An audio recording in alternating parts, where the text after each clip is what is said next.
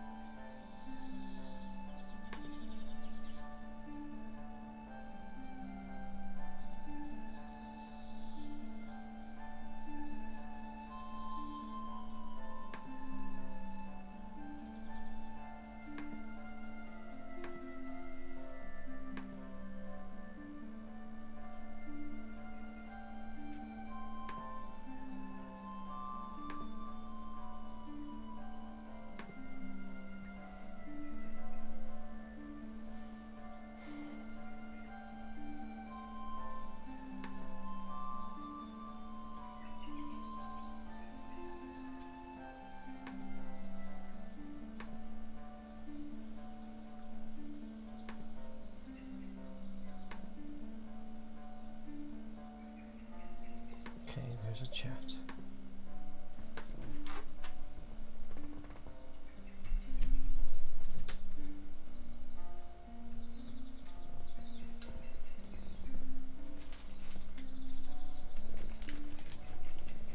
Hello Rathor, thank you for joining me today. We're starting the stream with energy healing.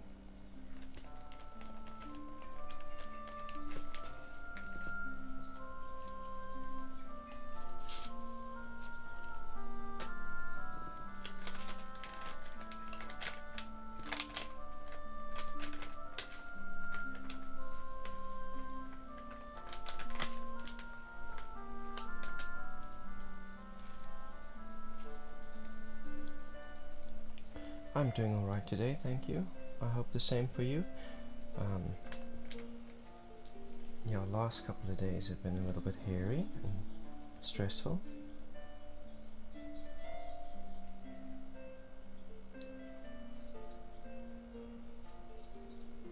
Yeah, yesterday was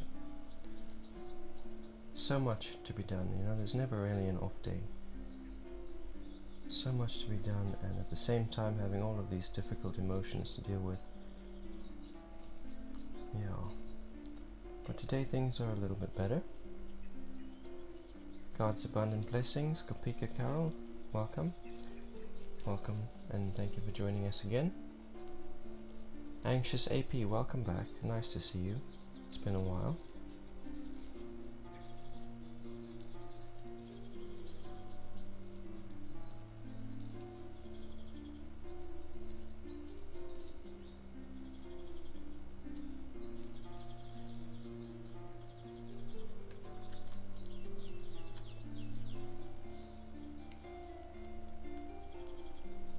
So what I've got here on the altar is a gem squash. We're going to use that to capture energetic infections.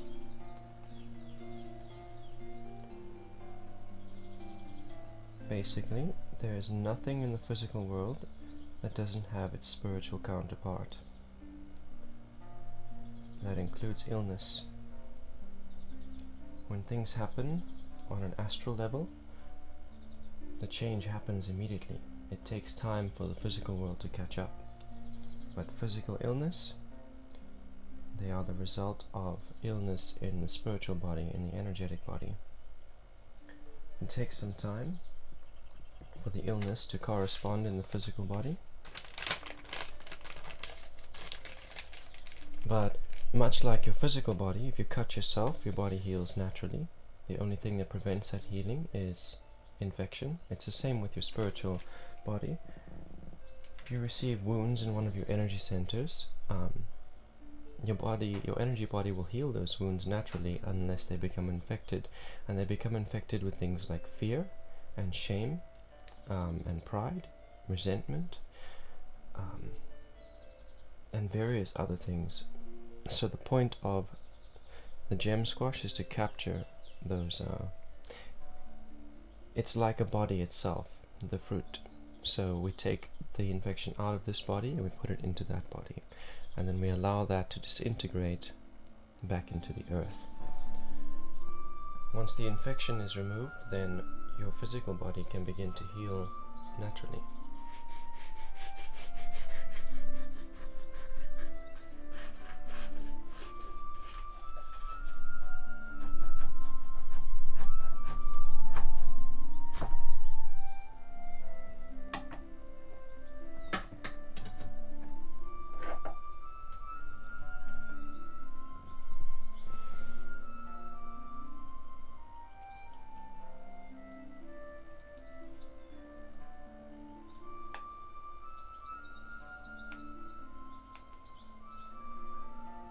Now there are 3 stages to the healing that we're going to do today. We're going to start with a little bit of a trauma release meditation, which kind of acts like a balm. So this trauma release meditation, or this process, is something you should do regularly, because once the infection is removed, there is still the possibility of the wounds becoming infected again. So the meditation is kind of like a balm. It's like an antiseptic balm that prevents the infection from returning. After the meditation, we're going to capture all of the things we identify, all of the infectious frequencies that we identify, bind them to the fruit, and then we will perform some Reiki style energy healing. And this is to help alleviate physical symptoms.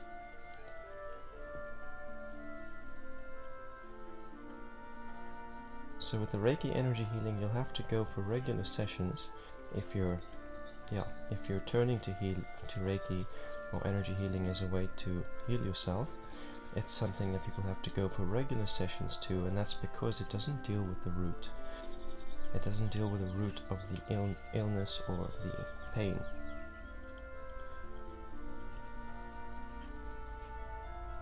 We're going to deal with the root first, and then we're going to apply the healing currents.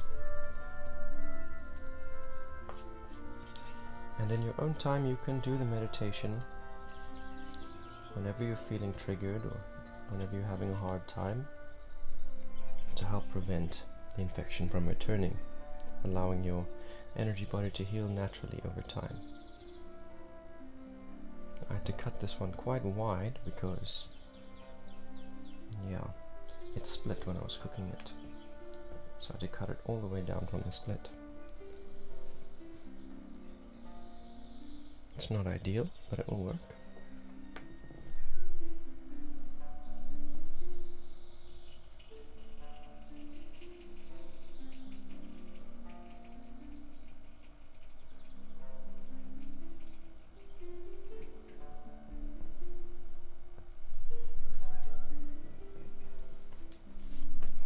Anxious AP says you're very infected. Most of us are. Most humans, we are, every traumatic event is a wound to one of our energy centers, and very seldomly do we get the spiritual treatment that we need after a trauma. So most of the time our wounds become infected. Fear is usually where it starts. It usually starts with security, having your physical well-being threatened, or not having enough to keep yourself secure, not having enough food, for instance. Most of these begin when we're young and we don't even remember it. We're not even aware that it's happened.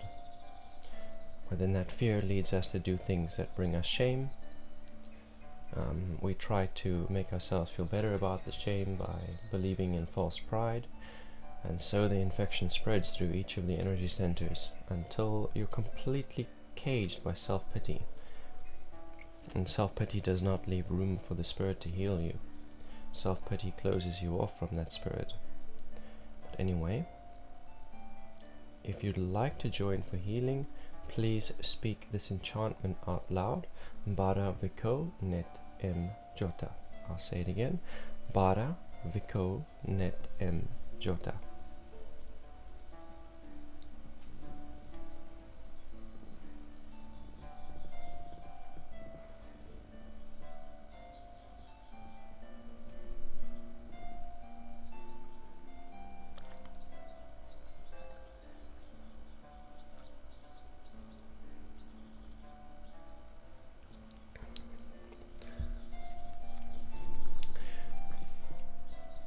So I'm going to now begin with the meditation. You guys just follow along. It's kind of guided. I'm gonna, just work through each of the energy centers. We're gonna try and identify events that might have created wounds there. We're gonna try and identify what it is that's infecting that center. We're just gonna work through them. And once we reach the eye, once we reach the observant or perceptive sphere, then we're going to breathe all of those infections out into the fruit.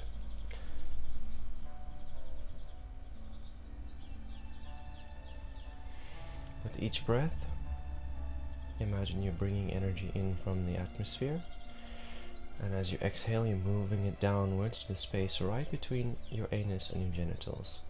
And that is where your fundamental sphere is.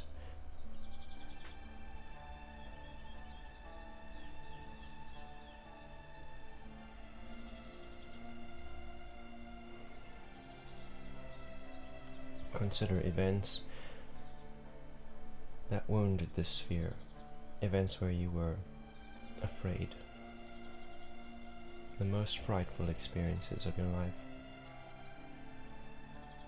This energy center is affected by fear. It's governed by productivity and prosperity.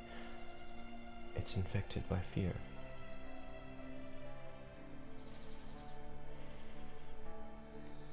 Consider any time in your life where you've been stressed about not having enough,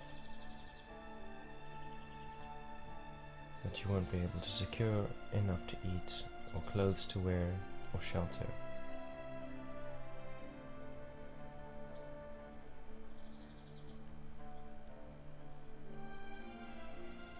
Now there are many instances that come to mind for me. The ones that stand out, whether recent or old, those are the ones we're dealing with today.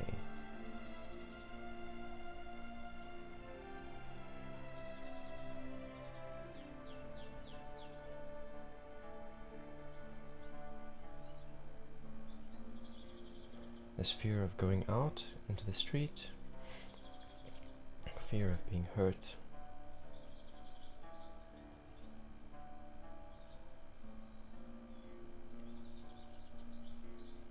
even just going to the grocery store comes with anxiety and fear.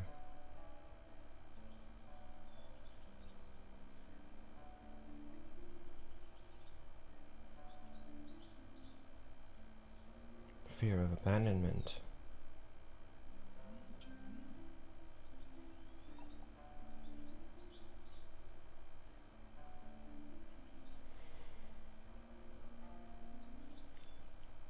Where are these coming from? Where is the root of them? What event started it? Because there was a time where there wasn't this fear. Someone said something or did something, or you experienced something that allowed this fear to set in.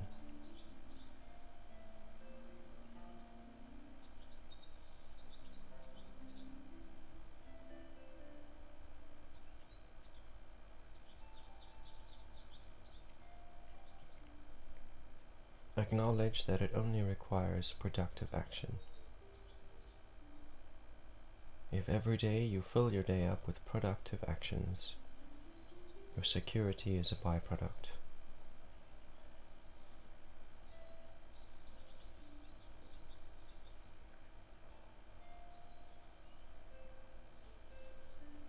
Go back into the memory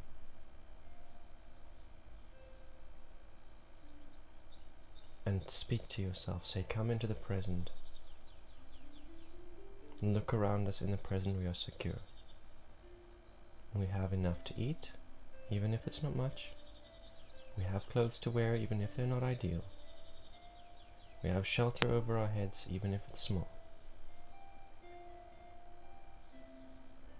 There's no one out to do us bodily harm in the present. With that, take in a breath and move your awareness to the space just below your belly button.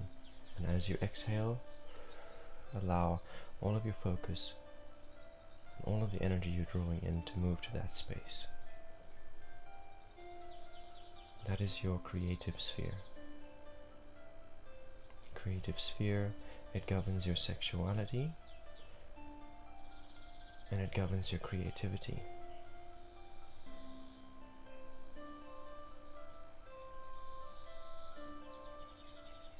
It is blocked by doubt and shame.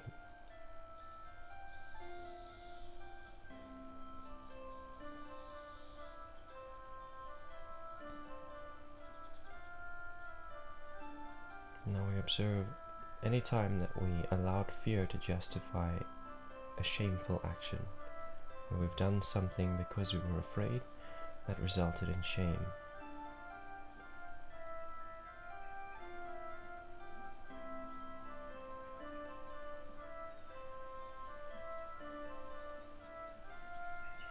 We observe things that have been done to us that we are ashamed of and do not wish to speak about.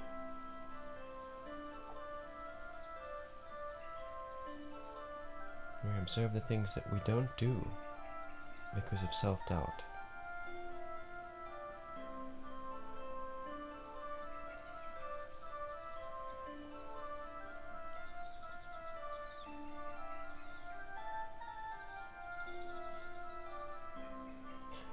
Here I feel a lot of doubt surrounding all creativity.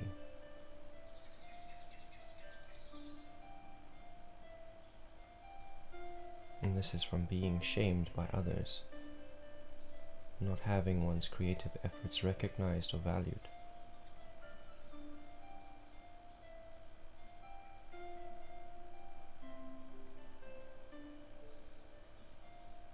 There is much shame here regarding sexuality.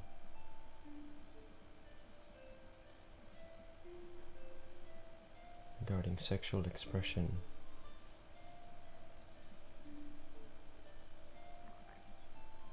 And this is possibly as a result of abuse or misuse.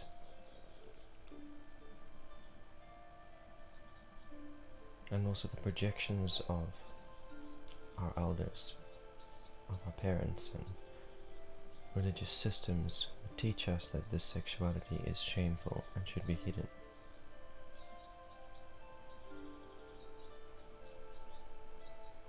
When we go back into those memories, we call ourselves into the present, saying, come and look in the present. In the present there is no one to shame us for our creativity. We validate and value our own creative efforts.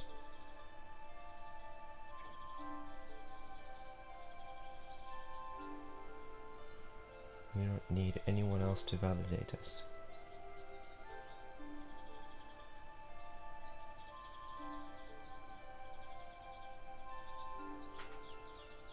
We call ourselves back into the present and say, look, in the present there is no one out to take advantage of you for your sexuality.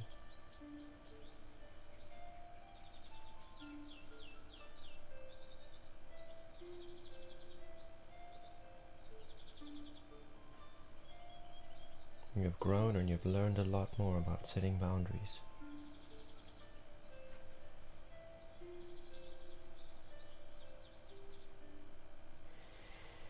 Now we move our awareness to the place just above our belly button. And this is the radiant sphere. It governs our will.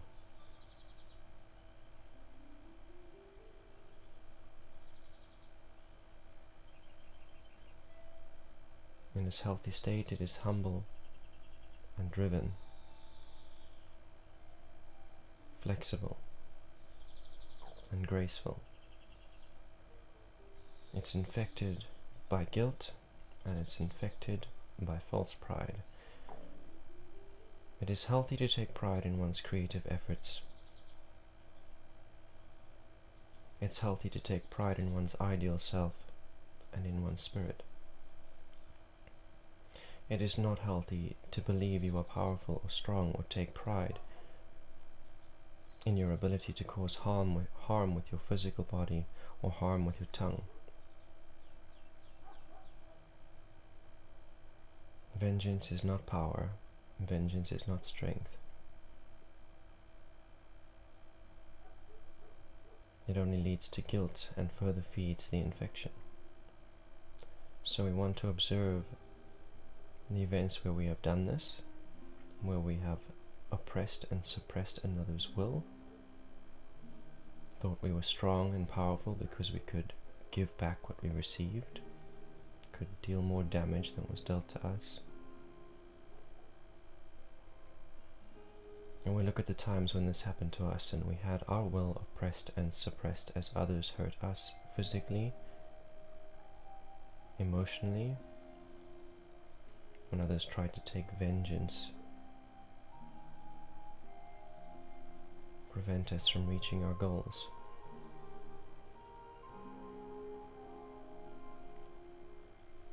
We observe everything that we feel guilty of, all the actions that we've taken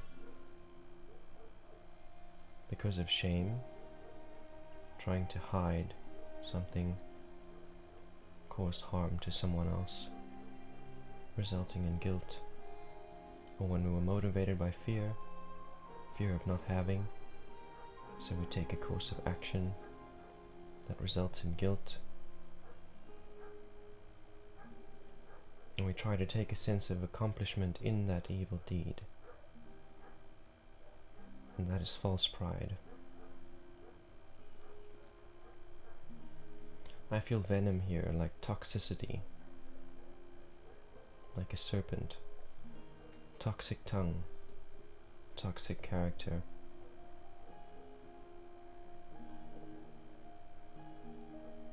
It feels threatened when someone else knows more, or when someone is trying to set boundaries, using the tongue to suppress and oppress and cause harm, manipulate. And this is all in the interest of avoiding pain, avoiding being taken advantage of, but it is unhealthy, it is infectious.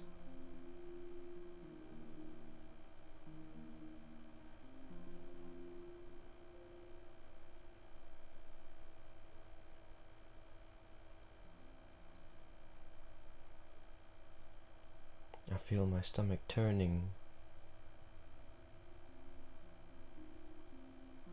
because these same things, the same toxin has been applied. As much as it's been dealt, it's been received.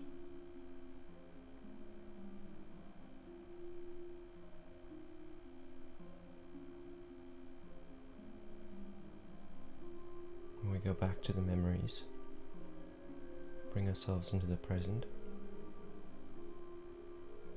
and say to ourselves, come back into the present and see. There is no one out to hurt us or suppress our will. And even if they were, we're not in a position to be suppressed anymore. When we set a task, when we reach for a goal, it is only us that can prevent us from reaching that goal.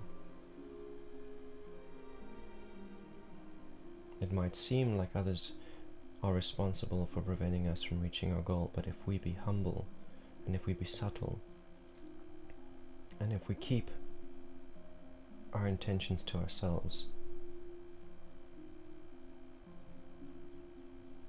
speaking constructively and productively, we can overcome any obstacle, moving around it gracefully.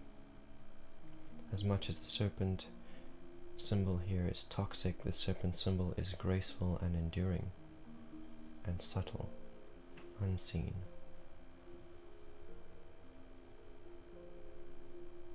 We can move with precision and be flexible. We do not have to push those around us down in order to accomplish our goals.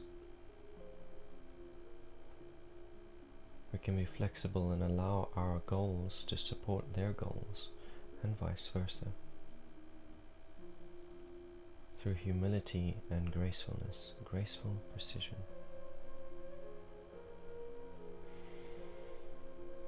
Inhaling, we're moving our awareness to the center of our chest between our lungs. And this is the heart center. It's governed by love and compassion,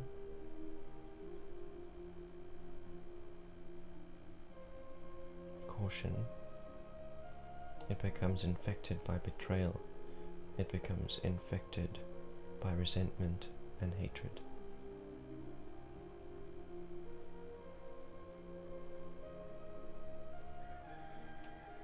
So we want to observe those moments where those we loved betrayed us. We want to observe those moments where we betrayed others because of resentment.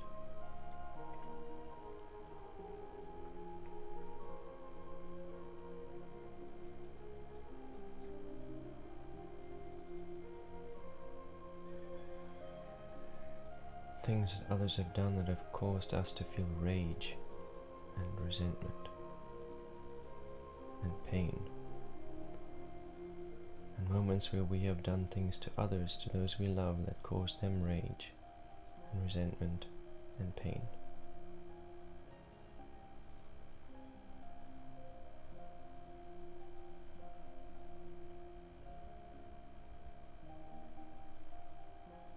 The biggest infection I feel here is from our parents.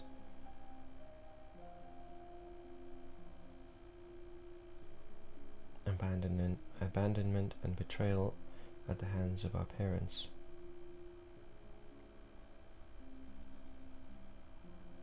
And though as children and as young adults it may not have seemed that way, we may not have realized that that is what we were feeling.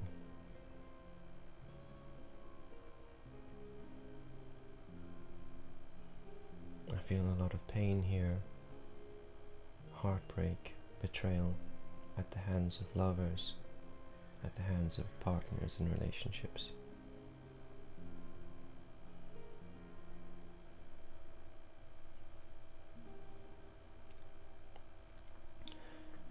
With this center we do something a little bit different when we go into those memories,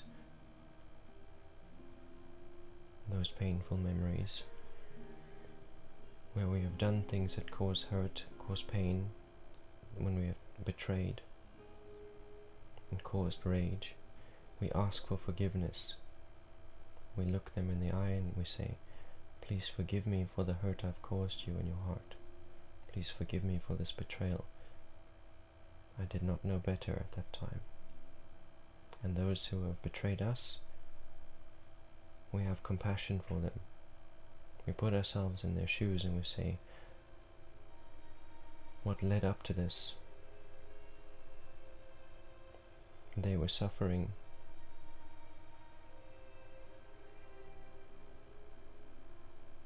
We have understanding, and then we say to them, I forgive you, and I understand.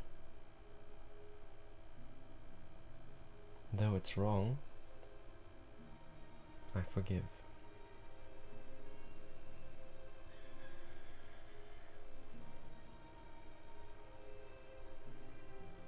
Inhaling, we bring our attention to our voice box.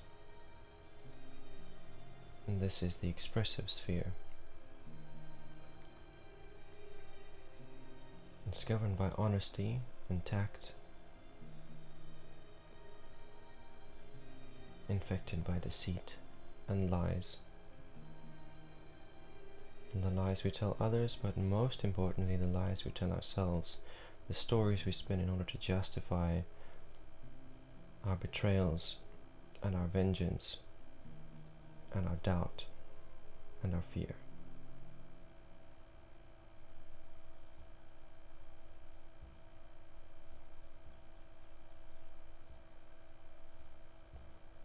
So we want to observe those moments where we have been deceitful,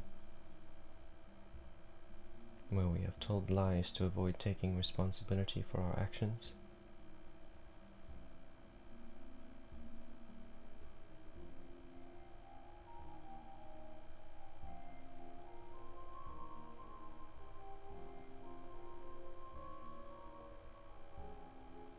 We observe each time that we did something that resulted in our own or another's detriment, and the story that we told ourselves in order to make it okay.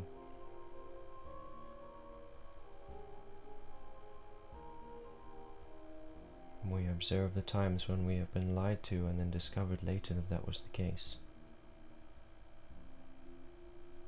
We observe the times when others have crossed over our boundaries and told some kind of story, some self-believed lie to justify it.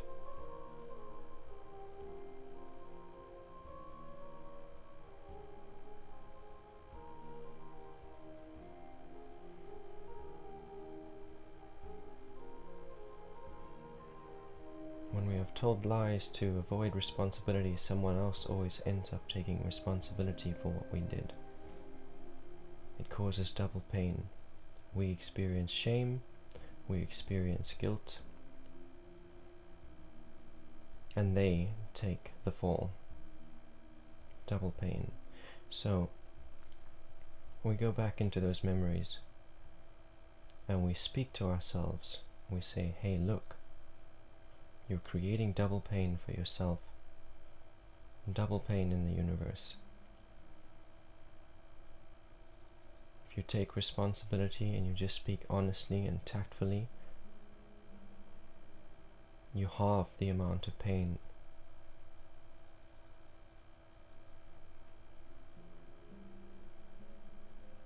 You move through shame, you move through guilt much easier, and someone else doesn't have to take the fall.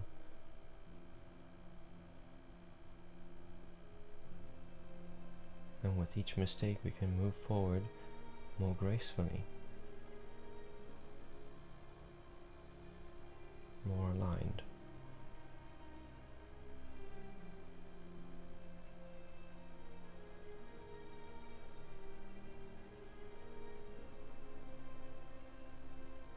We inhale and we bring our awareness to the center of our forehead. And this is the perceptive sphere.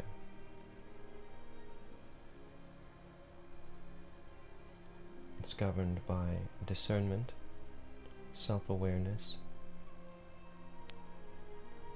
perception.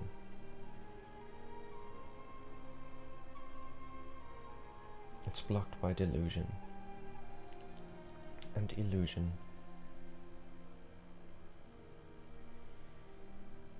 The narratives and the teachings and the doctrines that are handed down, false advice, things we choose to, the story we choose to believe in, the paradigm we look through.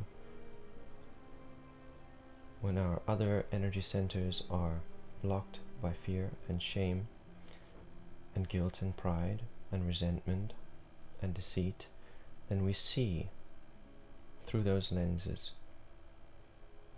We see others through those lenses. We expect them to be behaving according to fear and shame and pride and resentment. We believe a reality that isn't even factual.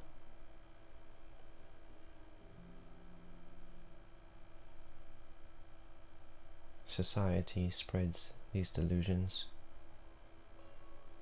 Religion spreads these delusions. So we want to go back into the moments where we try to pull that wool over someone else's eyes, things that the beliefs we held, even though we found them to be detrimental, still pulling that over someone else's eyes, trying to convince them of that reality. When we've tried to convince them of the ill motives of another, because we were seeing that other through lenses of our own fear and our own resentment.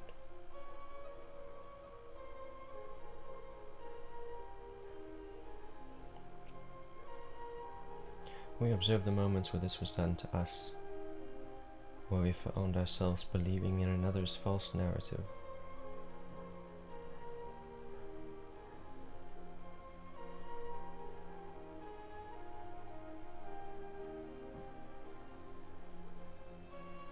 Once again, we go into those memories and we call ourselves back to the present.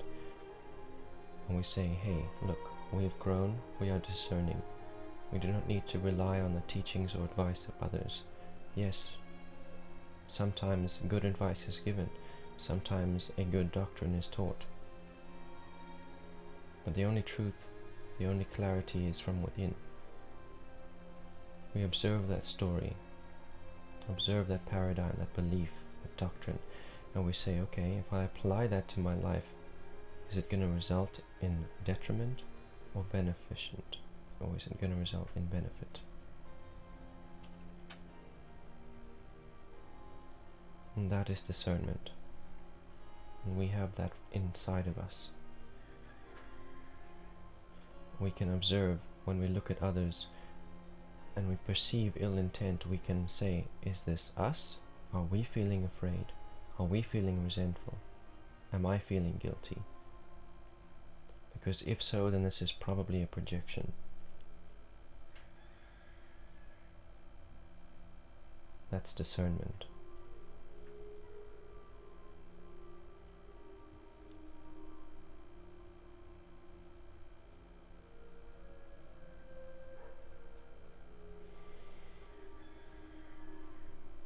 Now, I want you to start again from the bottom, taking your awareness all the way back down to the fundamental sphere. And then as you inhale, imagine all of the fears that were caged there attaching themselves to your breath. And then breathe it out. Breathe it out into the fruit shell. Make a sound so it can be dispersed. Oh, make a sound to disperse the fear.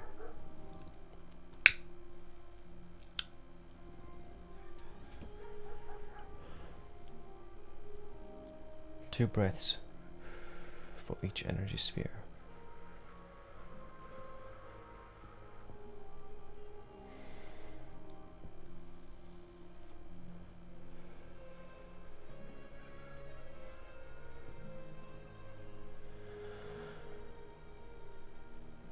Moving on to shame, creative sphere, all of the shame and doubt.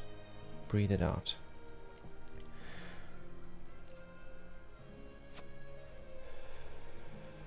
Make a sound, let it be dispersed.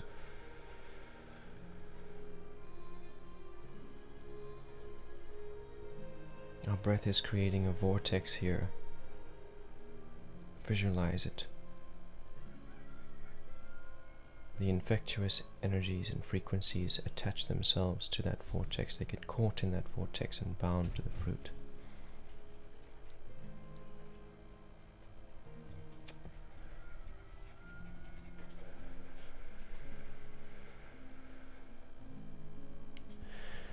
Moving on to pride and guilt.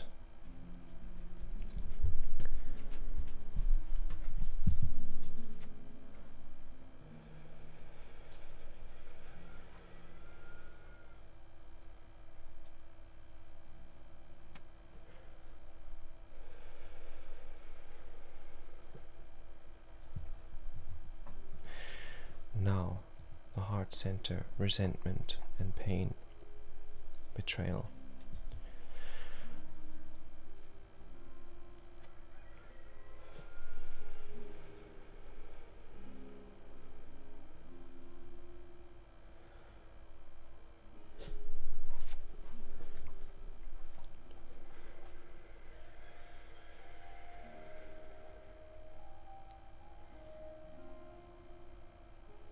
Deceit, self-justification.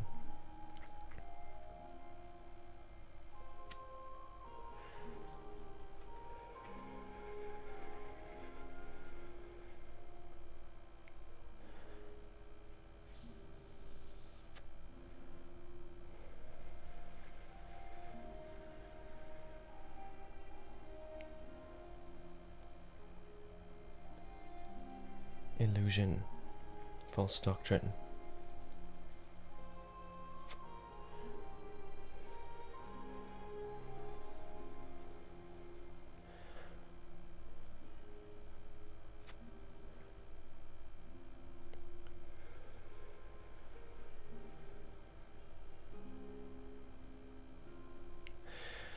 And finally, self-pity.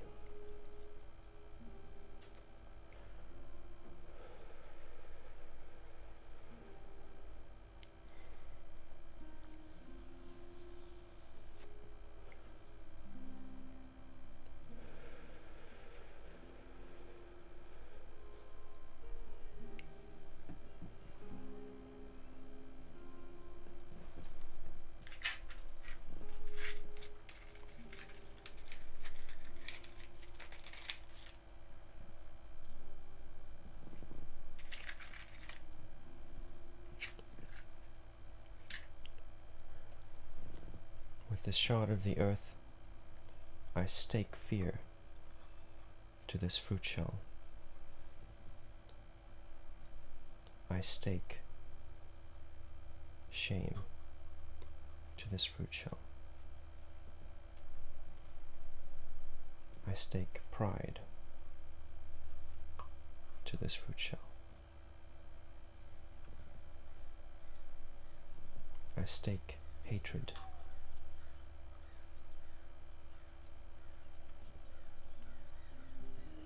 I stake lies and deceit. I stake delusion and false narrative.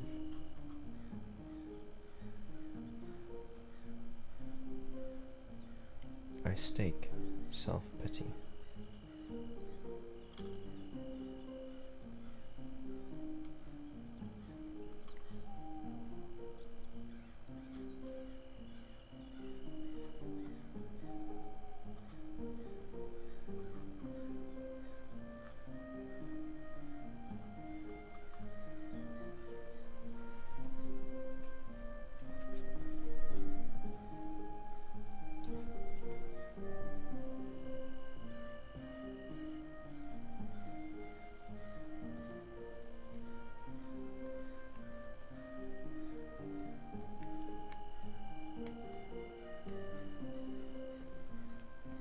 Take this golden thread,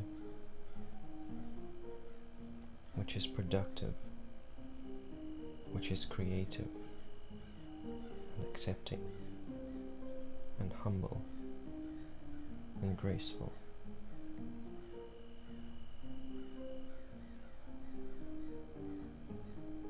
and compassionate and loving,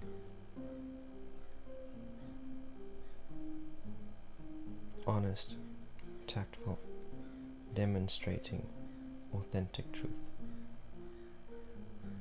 disillusionment, clarity, self-awareness, discernment. I take this golden thread and I seal this fruit so that the evil which has been contained therein cannot leave.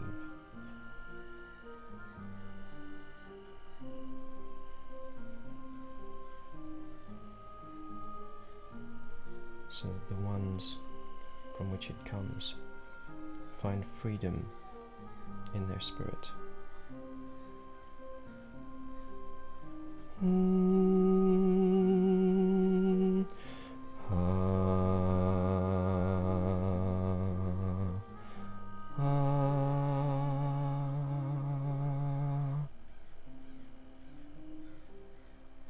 Crisadro viana kamaleo I anama I saruach. Amen.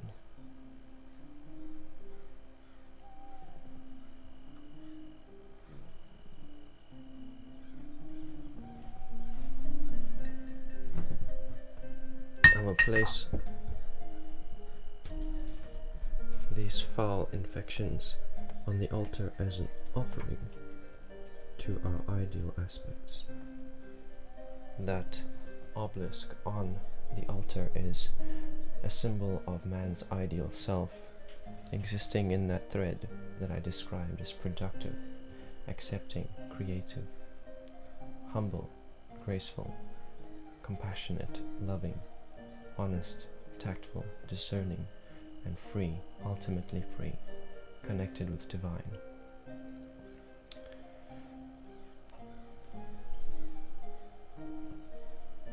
Now I'm going to apply the healing current. I have this fetish here. It is a stone with a symbol on it. And this symbol corresponds with the enchantment that I spoke earlier. Bara, viko, jotta. Speak it out loud if you would like to receive the healing currents that I apply to the symbol on this stone.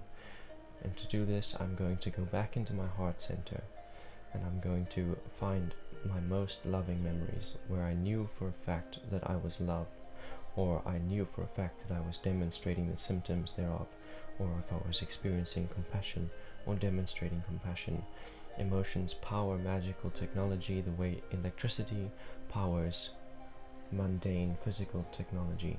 So I want to bring up all of those healthy healing energies, those healing emotional energies, and then channel them into this fetish. And by speaking the enchantment Bara, viko, jotta, you can receive those healing energies that are being applied to this fetish.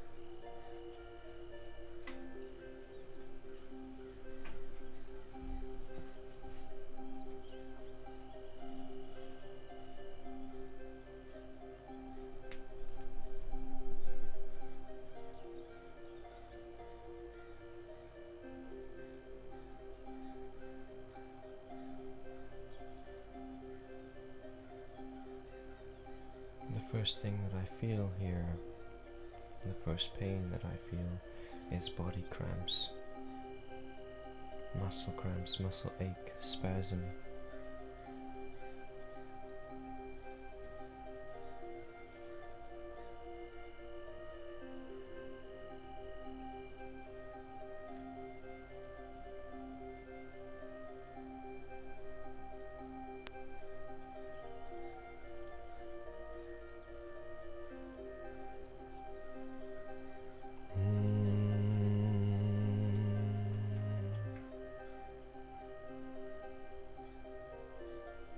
Yakola mosunatara maleno.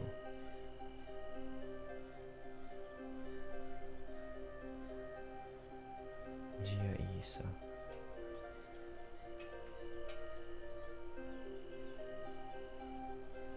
Gia Isa. Makraya me Isa.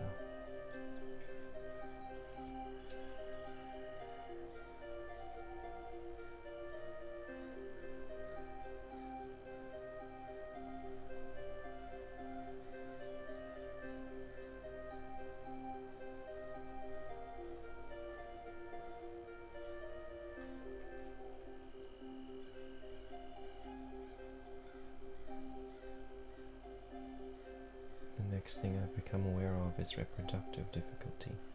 infertility.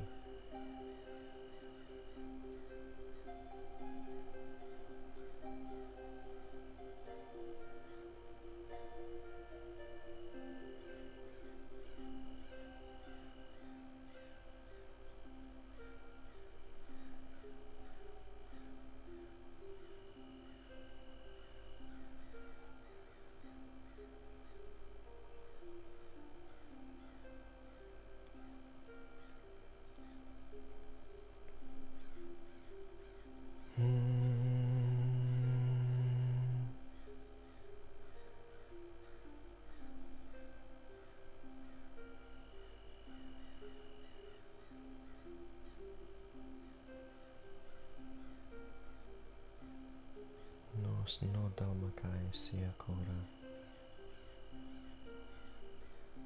Isalili ruach makayo Ea anama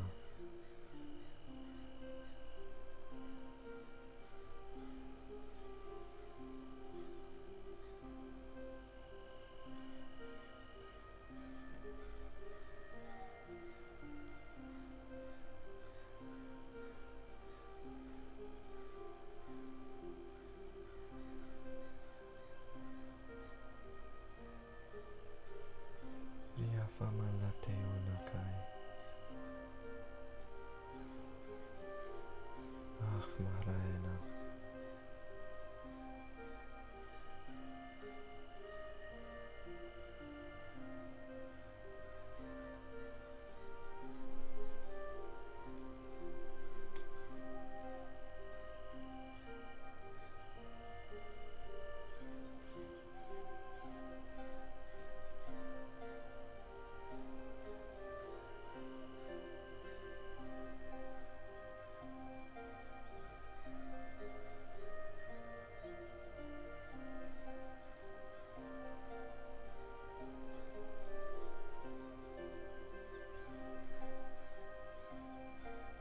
The next thing I've become aware of is autoimmune disease of various kinds.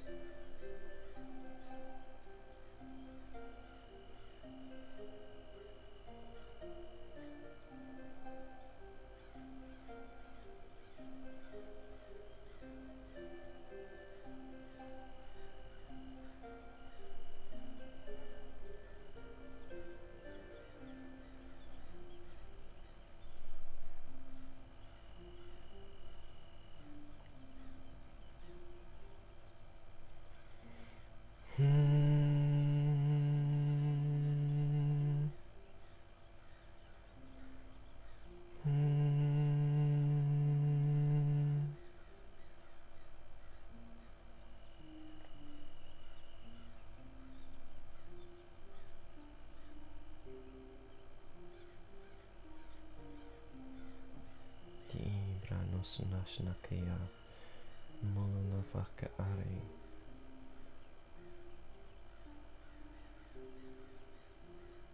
Priya Sikora Ianama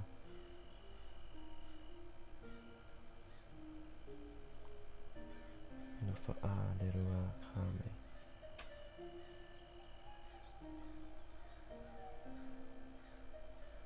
Li Ito Taramakane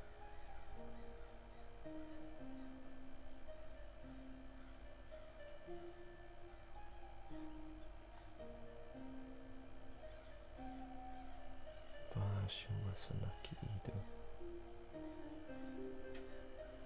Yeah.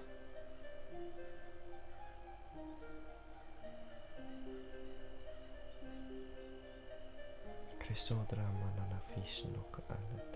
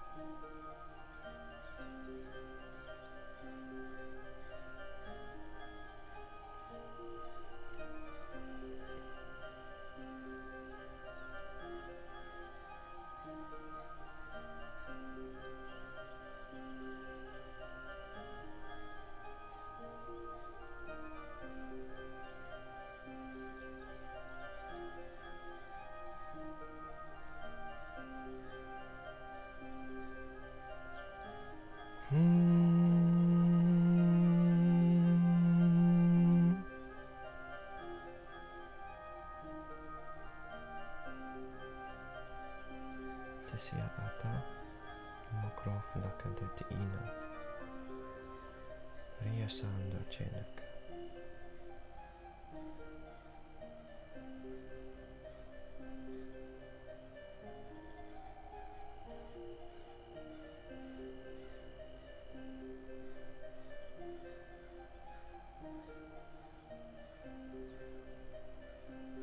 Piita Masatafu. Piita Masatafu.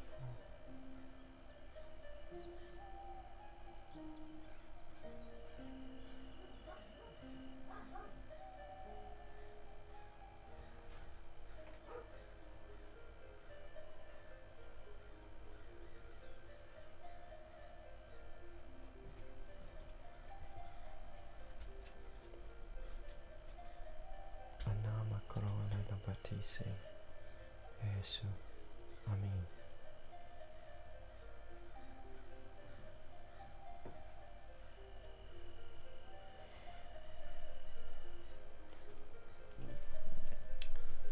For those who joined, I don't think many of them were still in the chat when I conjured the healing card. But that does not matter. If they spoke the enchantment, they received the healing. But if you are here, those who received healing, please give me feedback, because I feel all kinds of visceral sensations in my body when I summon the healing currents. And yeah, I'm interested for feedback. It's not essential. 1 Mississippi, 2 Mississippi, 3 Mississippi, 4 Mississippi. Okay, I see the audio is slightly out of sync still. But welcome, Yelnik and Nina and Krish and Maya 244. So Nina is the first one in the queue, Krish is thereafter. Maya, please type #tarot with your question to join the queue.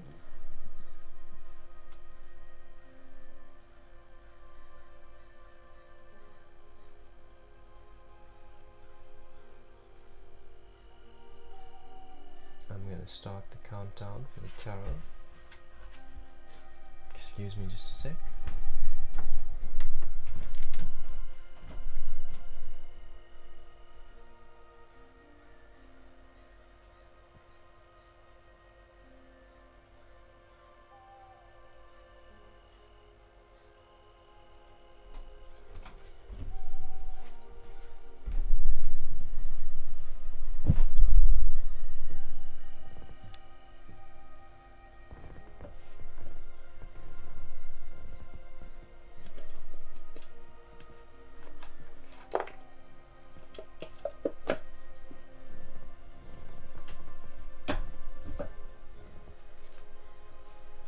I'm gonna light these candles.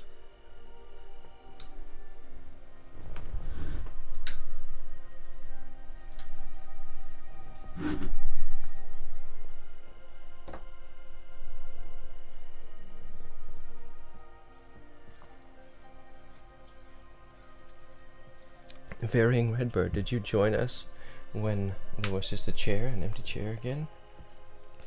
So guys, those of you who have joined the queue, please ask questions now, because I'm ready to give you your reading, starting with Nina.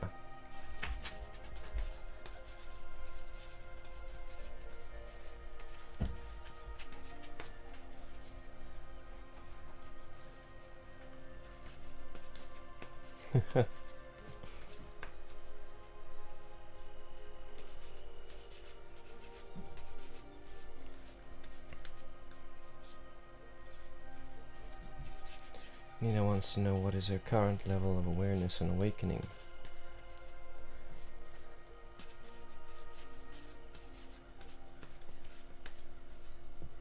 Help Nina understand where she is with her current spiritual development.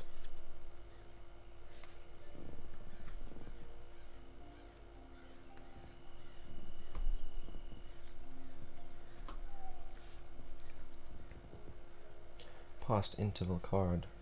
First card here is number 18. the moon reversed. So this card is saying to me that you have been looking to develop your spirituality, your psychic ability, and your awareness, but neglecting to recognize that you have the tools that are required at your disposal.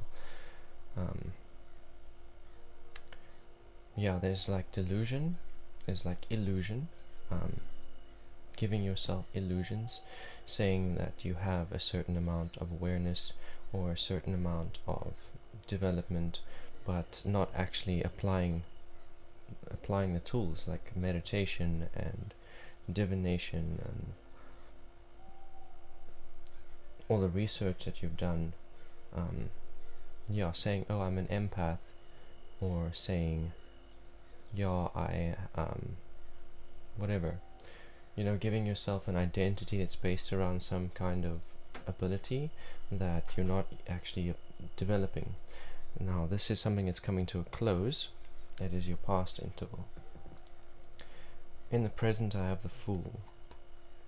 So in the present, basically, you're stepping out into this new karmic journey, stepping into your spiritual awakening.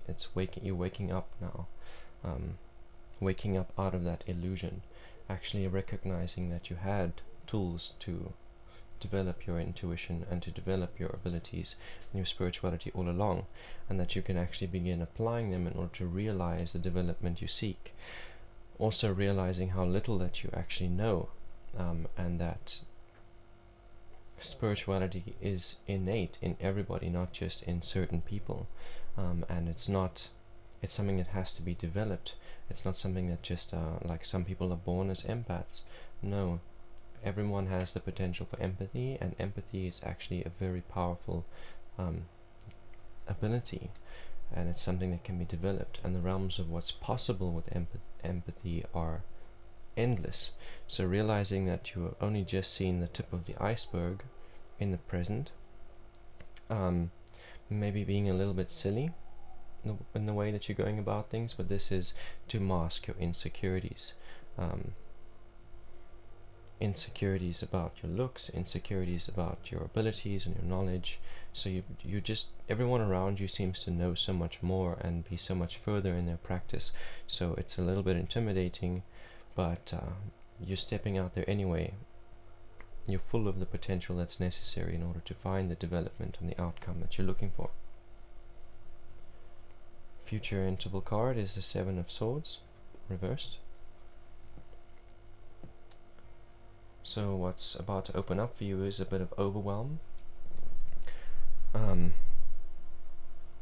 Suddenly realizing how much development could have been made in this time where you were too focused on neglecting development and choosing an illusion over development, realizing how much development you missed out on in that period, and feeling overwhelmed by how much you still have to grow, how much is still lacking.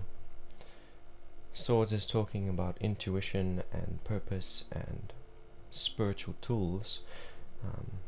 It being reversed, it just talks about feeling overwhelmed by how much, like having to integrate certain practices like meditation or whatever other practices you want to incorporate and develop, feeling like overwhelmed by the magnitude of it, how much responsibility that is and how much commitment that is. But the card wants to say that you don't have to figure it all out at once. You don't have to know everything at once. Pick an outcome. Say to yourself, okay, this is what I want to develop. Pick that outcome and then identify the means to get there and what you can integrate into your routine daily. And don't worry about it being a lot. Pick something small that you can commit to that's realistically attainable, and then start integrating that. And as you go, you can add more things, or as you grow, the pathway in front of you will open up, and you don't have to figure it all out at once. Just take small steps, baby steps.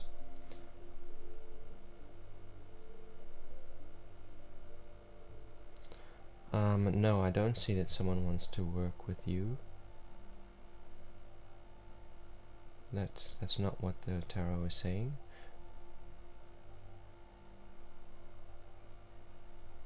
No, that's not what the tarot is saying.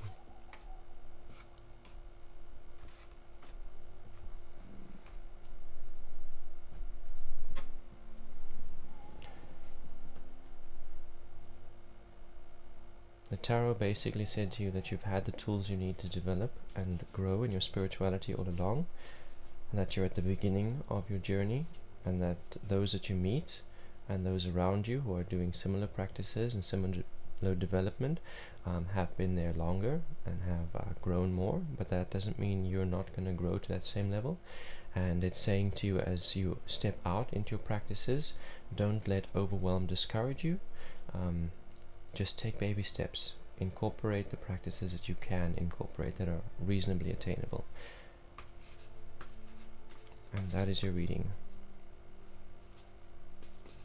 Welcome, Delightful Flower. Nice to have new names.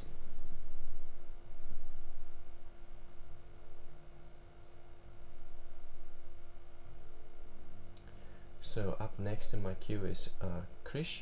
So Delightful Flower, please type #tarot with your question to join that queue. Krish on YouTube, if you're here or you're up next, please confirm.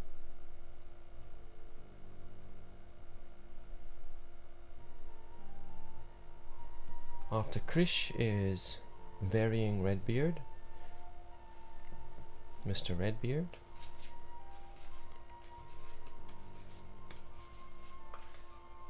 Krish is here.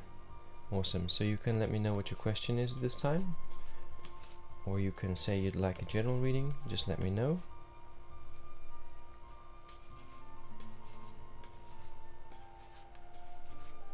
So Delightful Flower, I'm going to need that #tarot, otherwise you're not going to be in the queue.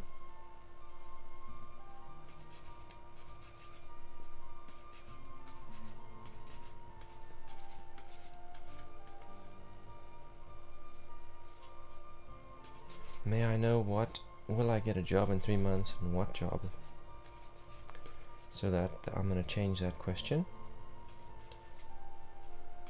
because even if I get you a yes or no answer, it's going to be quite impractical, because you know you've specified 3 months, so maybe you'll get a job in 2 months, maybe you'll get a job in 4 months, and then I ask 3 months and it says no, and you feel discouraged. So I'm going to change that question.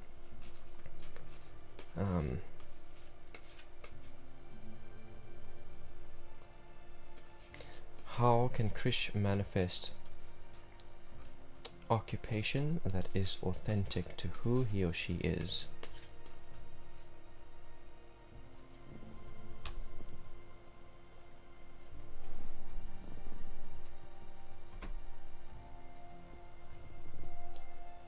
Your past card, your first card, is the Queen of Cups reversed.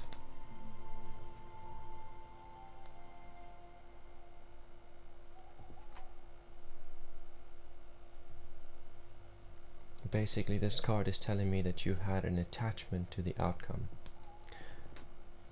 You want to get a certain kind of job, or you want this job because there's some instability in your emotional being. It causes you stress. So in your mind, having the job is going to make you feel more secure and less stressed. But there is an attachment to what kind of job. There is an attachment to that outcome of being satiated and feeling like you'll only be satiated if you get a good job that pays a certain amount. And what this card is saying is that none of that is true. Getting a job isn't going to make you feel more secure. That's something you've got to do. You've got to find that security in yourself. Changing location isn't going to make you feel secure. You can't find emotional stability in the outside world. Emotional stability comes from inside, and any kind of attachment to an outcome is detrimental to you. That's what this is saying. Expecting a job within specifically 3 months is also attachment to outcome and detrimental.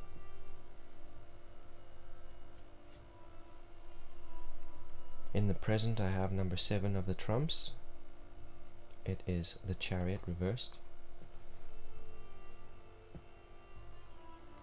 So this card wants you to have a look at your decision-making process and wants you to consider your decisions that you're making in the present, because basically what I'm getting from this card is that you're changing direction too much in the present moment.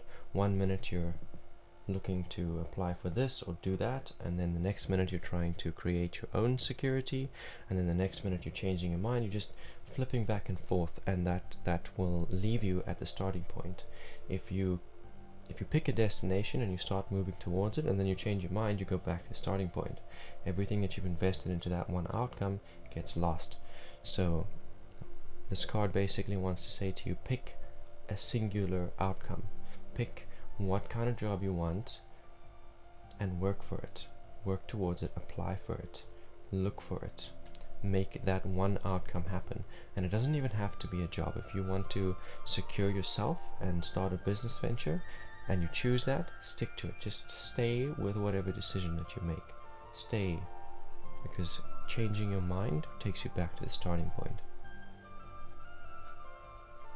Future interval is the devil reversed, number 15. This is saying that whatever you choose, whatever direction you go in, there is going to be resistance as others try to invalidate what you're doing and tell you that's not good enough, or they know better and you should follow their advice. But that card wants to say to you, you don't have to. You can continue on in your direction, working on what you've chosen to work on. You don't have to take every piece of advice that comes your way. And also the card wants to say to you, don't step down to the level of those who try and invalidate you. Don't try and invalidate them, and don't try and convince them that what you're doing will work for you. That's just going to result in frustration, and disharmony. So just listen and move on. Let them say their piece and go on in your own direction, and leave them to go on in their direction. And that's your reading.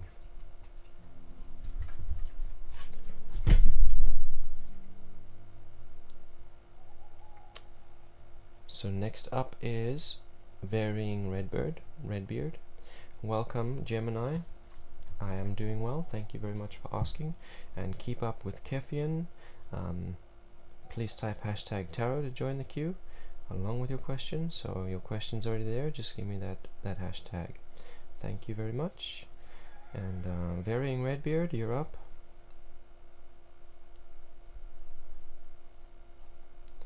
Mr. Redbeard, are you here? After Redbeard is Maya.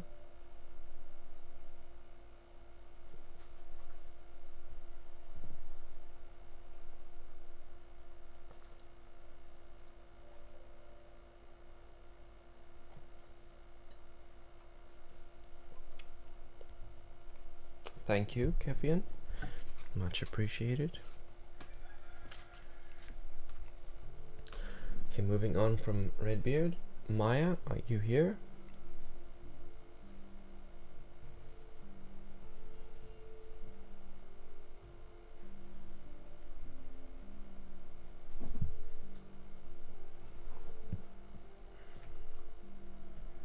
Waiting for Maya to confirm.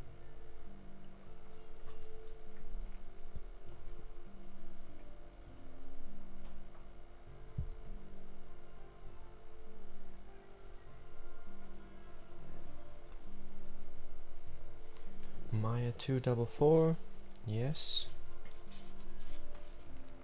So you can give me a question at this time, or you can specify general.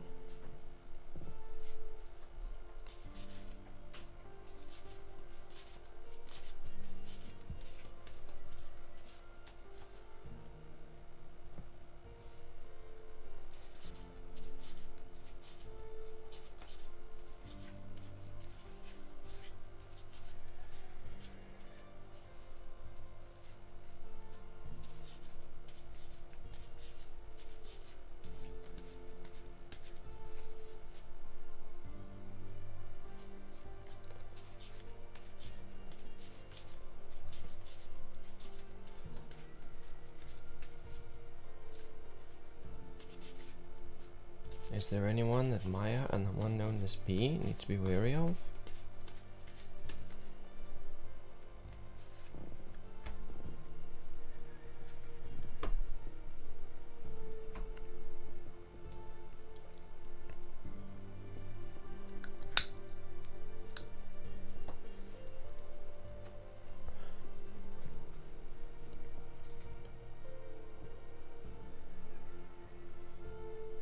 So, your first card is a Two of Discs reversed. So this one wants you to look back at your past, and there was a certain individual that presented opportunity, made commitment to help you seize that opportunity, and then did not commit, made some kind of justification as to why, and that is someone that you should be wary of. And more than that, the card is saying that there are people like this that reach for opportunities and then never commit to them. Those are also people in general that you should be wary of. If you meet someone and they are the kinds of person who is like constantly jumping to new ideas and grabbing hold of opportunities but never committing to any of them, that's something to be wary of in a character.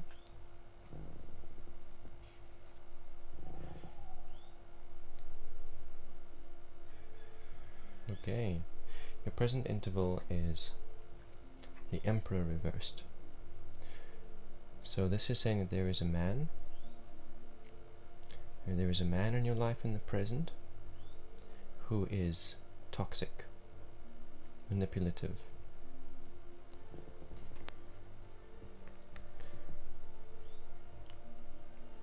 This person is in a position of authority over you.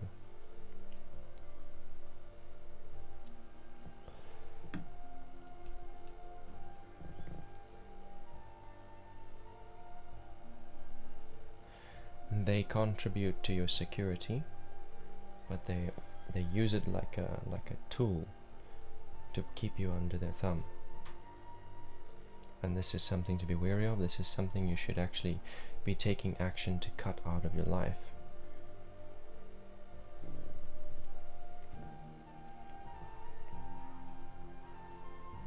So here is a key, number 17 of the trumps, a key to get away from this toxic character in the present, and to deal with those people who make promises, false promises, and who lack commitment. Channeling your emotional energy. So you might feel overwhelmed, you might feel like you cannot escape, and there's nothing you can do, but there is. You can visualize what you want your space to be like and who you want to be surrounded with, and you can start taking action to get there, subtly, secretly, low-key. You don't have to have it all figured out at once, and the change starts within. The card wants you to acknowledge that you attract the same frequency that you vibrate on. So making changes to yourself and the way that you deal with people and interact with people, choosing to be humble, choosing to be accepting, choosing to be compassionate instead of doubtful, instead of prideful, instead of resentment and frustration. You can make those shifts within, and you will find that other people like that start being attracted into your sphere. And at the same time as you shift your energetic frequency, you will distance yourself from these characters that are unhealthy.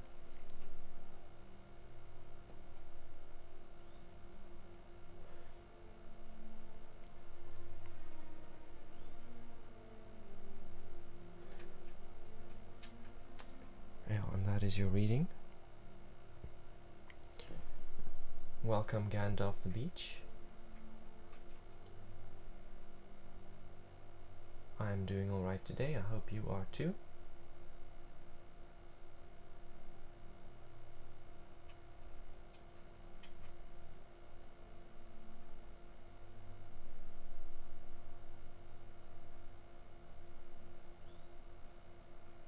Next up is Delightful Flower.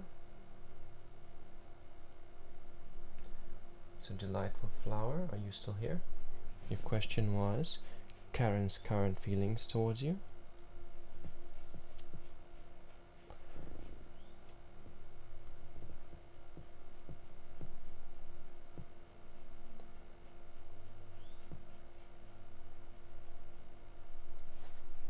Mississippi 2, Mississippi 3, Mississippi 4, okay, we're still in sync. When I do that, I'm seeing what my ping looks like. It's like a 4-second ping.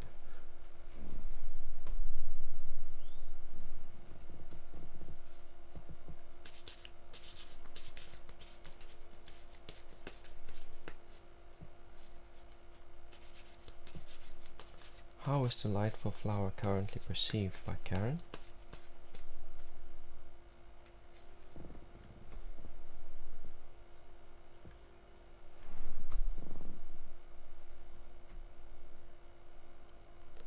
My list is pretty empty, Gandalf the Beach. I have this reading for Delightful Flower and then for Gemini. And that's it. Not very busy, no, very quiet, slow, uneventful stream with like one average viewer. Your past interval card, Delightful Flower, is the Hanged Man reversed, number 12. So this card is saying that you have had to endure suffering, and Karen has felt the same way. The relationship that you have, whatever the dynamic is, there was the absence of breakthrough. The situation became stagnant, and it was painful to be in that stagnation.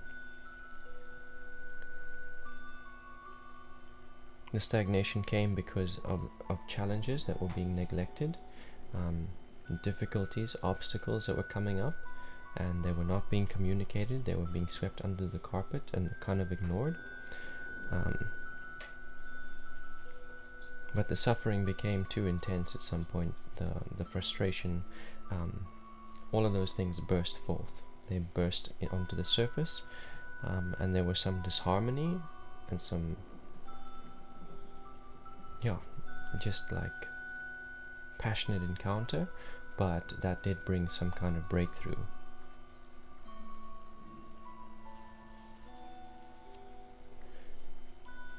In the present, Karen sees you as lacking emotional responsibility, lacking emotional discipline. 4 of Cups, reversed. Karen thinks that you're very reactive.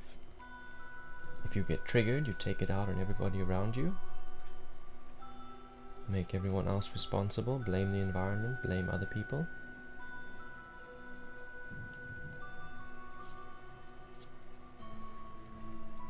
So that card has some advice that wants to say to you that when you feel difficult emotions, if you do what the emotion tells you to do, you sabotage relationships and you sabotage your own goals at the same time. Choosing to do something constructive or productive, regardless of that difficult emotional experience, brings you closer to your goals, and it purges infections out of relationships. That is emotional discipline. When you can choose to do something healthy and constructive, even when feeling triggered, that is emotional discipline. Reacting to difficult emotions is a lack of discipline, it's impulsiveness.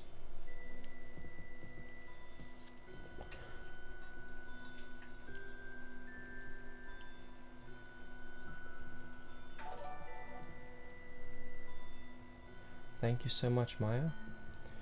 You are back in the queue.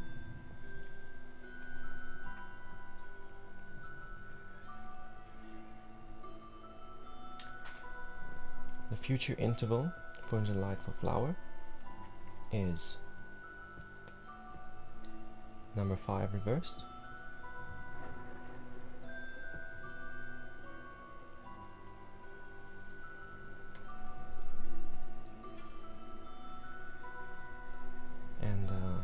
Number 5 reversed, it talks about unhealthy examples coming into your life.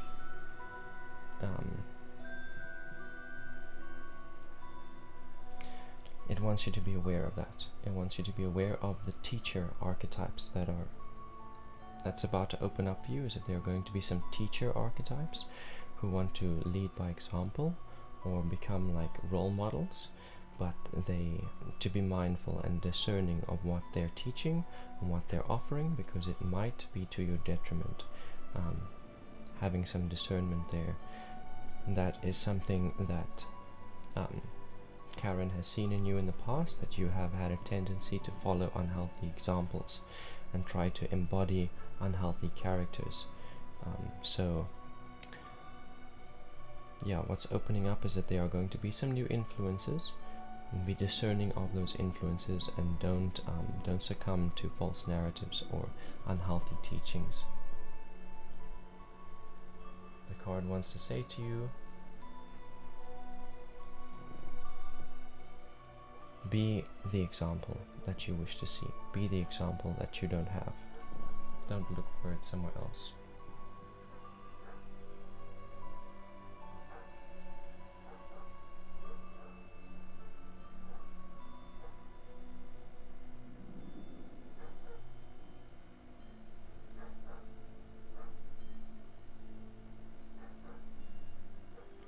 So Redbeard, you're back. Who love you?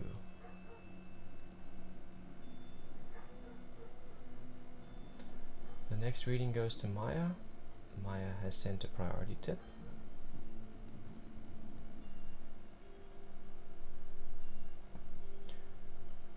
Maya, please let me know what it is you'd like me to ask the spirits on your behalf. But Boo love you, thank you for joining the queue.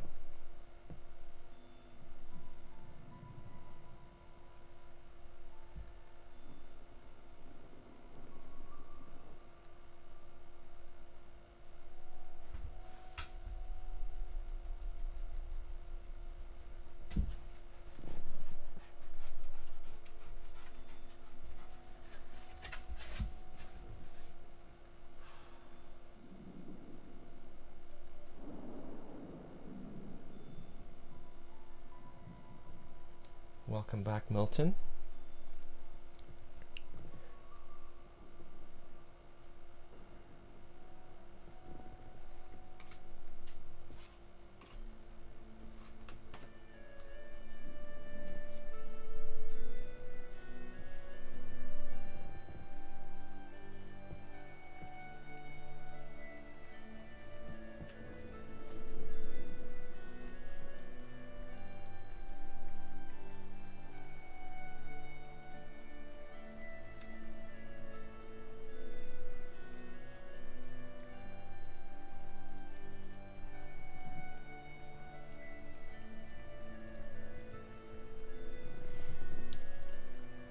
Maya, would you like general guidance? I'm waiting for a question. Boo love you, you are probably 3rd or 4th on the queue.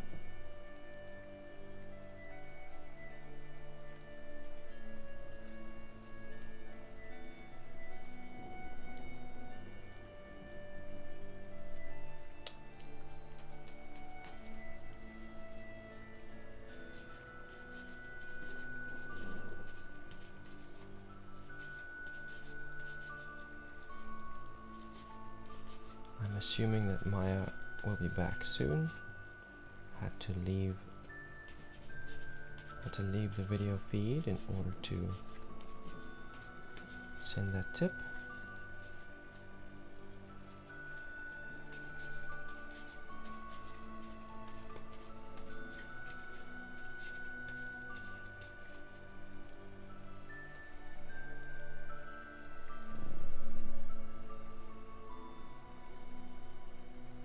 What should I focus more of my energy on for the rest of the week?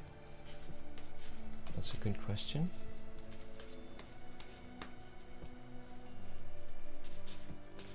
Where should be Maya dedicating her energy this week?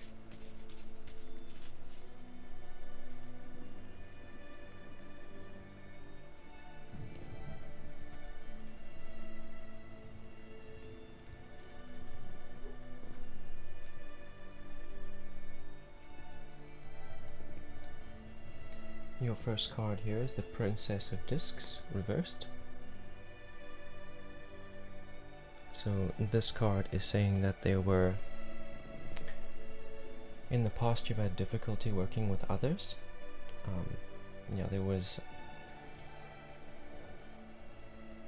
There were other people in your space that you had to live with, that you had to be flexible with when it came to budgeting, and they also had things like their own idea of what is priority, what is essential.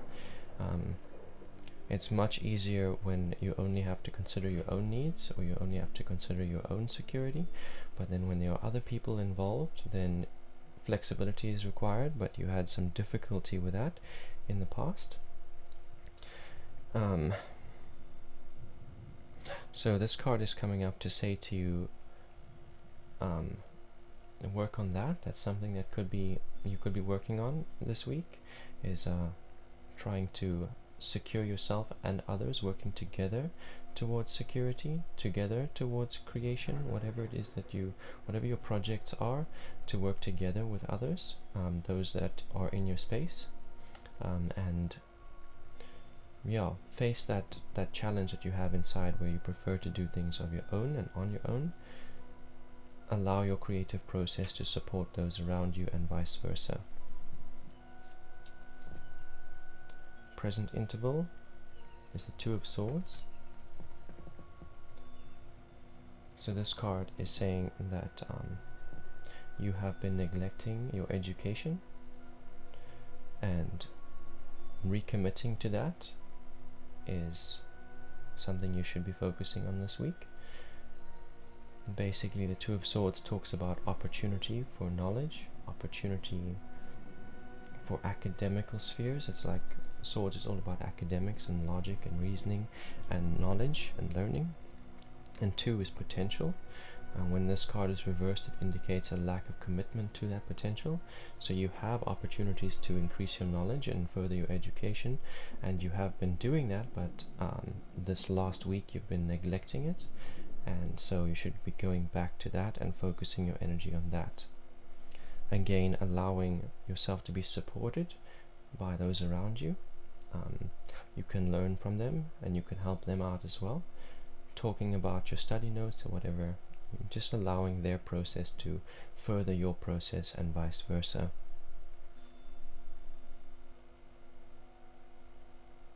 Your last card is the Four of Cups reversed. As we saw this one earlier, it talked about a lack of emotional discipline. In the context of your question, this is saying that you often allow your emotional experience to come in the way of whatever it is you've set as a goal, if that be your education or if that be your security.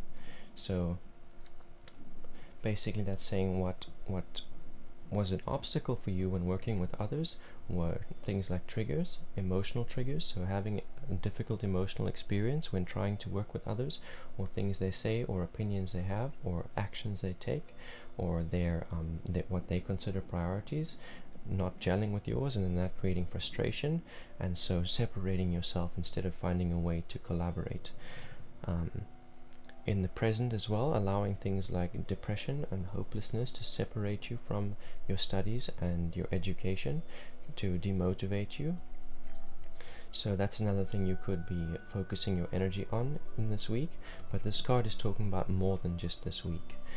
This card is saying in general, and as you go forward into the future, if you can take your difficult emotions and channel them into productive efforts, they are also energy. Difficult emotions are as much energy as your focus is.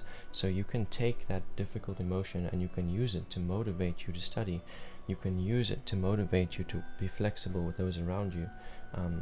It can turn into zealousy, like I will overcome. I will put myself into a position where these things that are causing me depression and causing me these difficult emotional experiences, I can be free of them. So I'm going to dedicate myself to the things that will bring me closer to that freedom. And whenever you take a constructive action, regardless of your emotional experience, that is emotional discipline. And that is your reading. So thank you very much. Much appreciation for that tip. So much appreciation. And Thank you very much.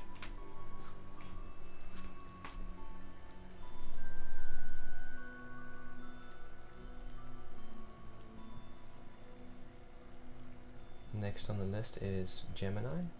So Gemini, are you here? And then welcome, exclaim, nice to have you back. Thank you for joining me again.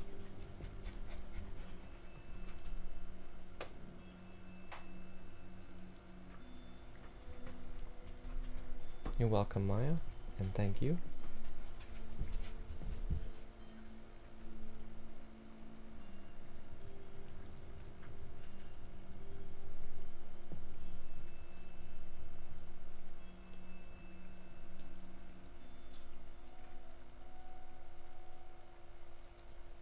So waiting for Gemini to let me know if Gemini is still here.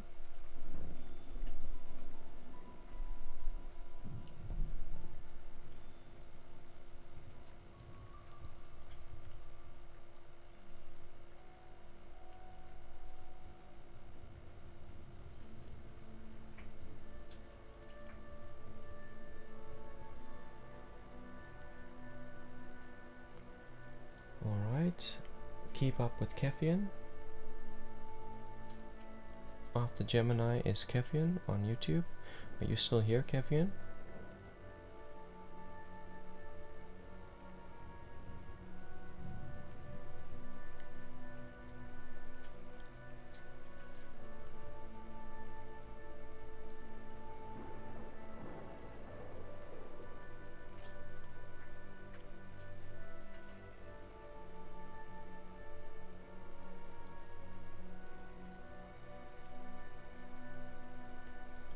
Wants to know who is with me in spirit.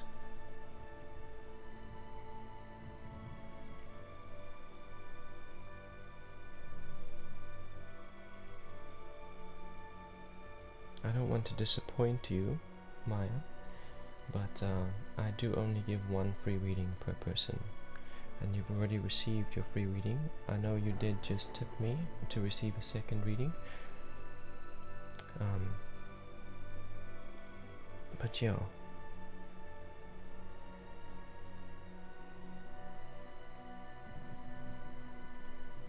I will be doing this again on Friday, so you know. Gemini is still here. Great, good to know.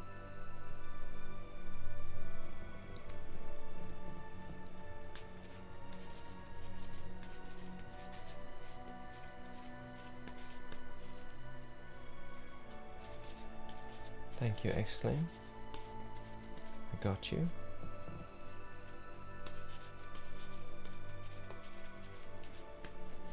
How is the Scorpio currently perceiving the one known as Gemini?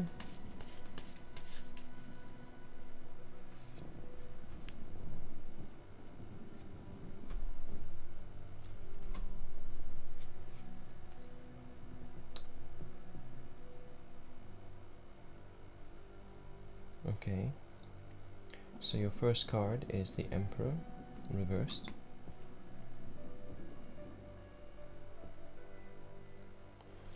So, this card is saying that Scorpio has felt oppressed, dominated,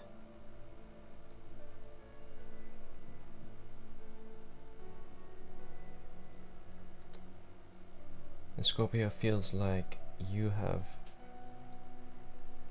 taken a lot of the character, a lot of the unhealthy character from past relationships. You've carried it over into the present relationship.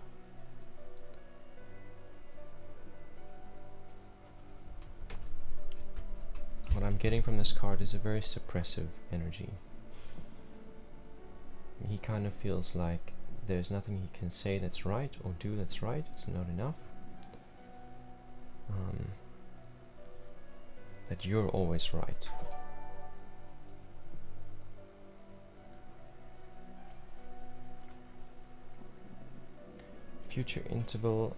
Present interval is a Knight of Discs. Thank you very much.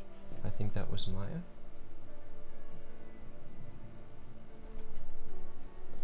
Thank you very much, Maya, if it was you. But Gemini, your present interval is the Knight of Discs reversed. So the Scorpio is currently feeling like distancing himself from you is probably the best course of action for him in the present. That if there was some distance, you would have time to self-reflect and allow your old being, the influences from past relationships, allow them to integrate so that you can step more into alignment with who you are, who you were before those influences came into your life.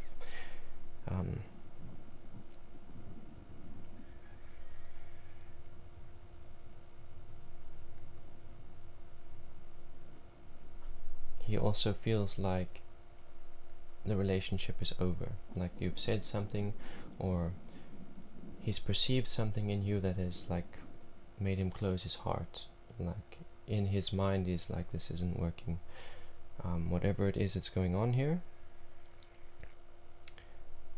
he doesn't know if the distance should ever be breached again. Now all of these things are present variables. This doesn't define what is still possible. This is a rebirth for you guys that you're going through. So these rebirths, they often look like endings, but they're actually new beginnings to bring us more into alignment, to bring us closer to what we actually desire. So that's the encouragement of this card, saying that this isn't the end, it is a rebirth, it is a new beginning for the relationship. Future interval is 8 of Swords reversed. So that is what's about to open up, and that is you guys individually making the necessary changes in order to be flexible and make this relationship work. So that's in thought processing. There's certain ways that you process your thoughts, and you sit there and you're alone and you think about all the things that he could be thinking about and all the things that he might be feeling or doing, and that's detrimental to the relationship. The reality that you're observing becomes more likely to occur the more you obsess about it. So making those shifts up here, that's what's opening up for you. Things are going to be shifting in your mental sphere that once again bring you closer to who you need to be, who you used to be, more balanced. And that concludes the reading.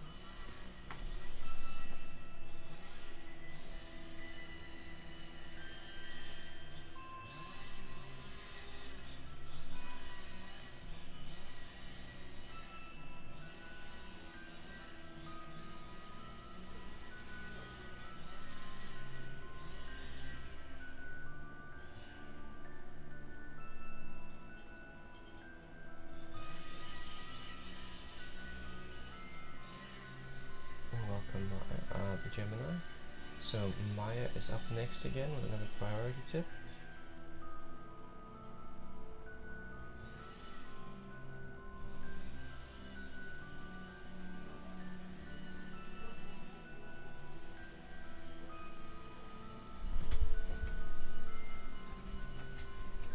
Please type #TarotMilton to join that queue.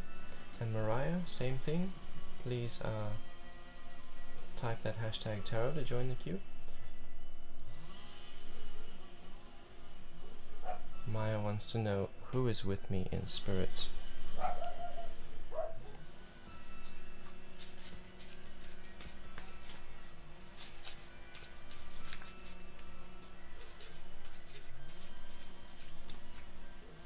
Who are Maya's guardians? Who are Maya's guides? Who are Maya's familiars?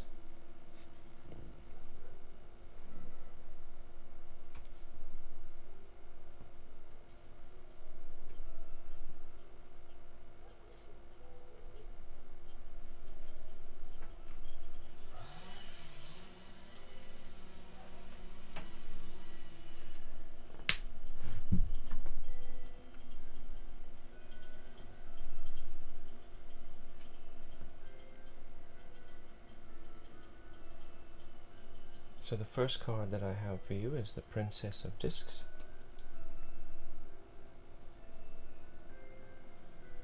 So this card is saying that those who are with you in spirit are finding it difficult to work with you.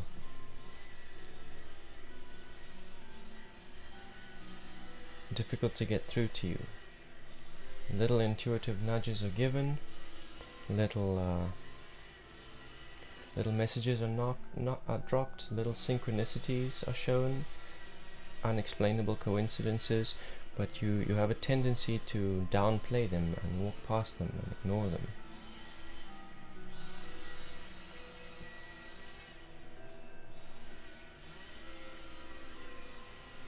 So what's crossing the present here is decisions.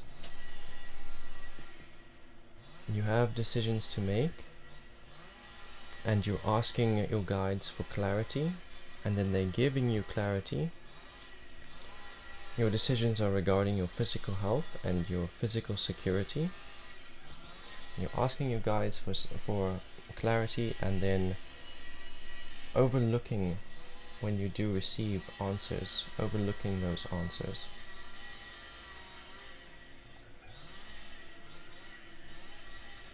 In this card, interestingly, there are 4 cherubs. So I am not seeing names,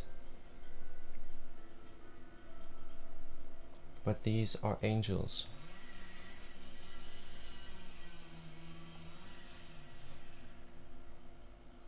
They do have names.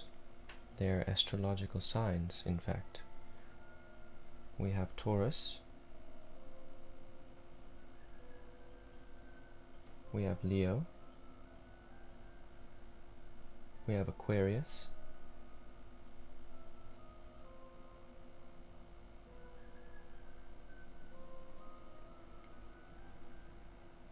And what is that? Is that Aries?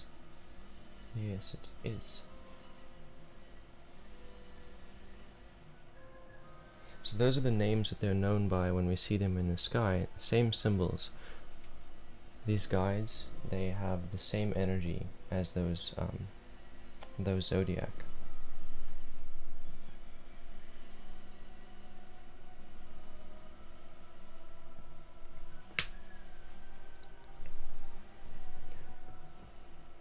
Your conscious mind is identifying the tools at your disposal.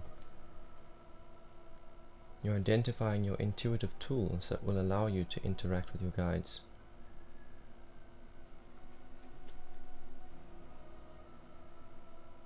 Also breaking through illusions,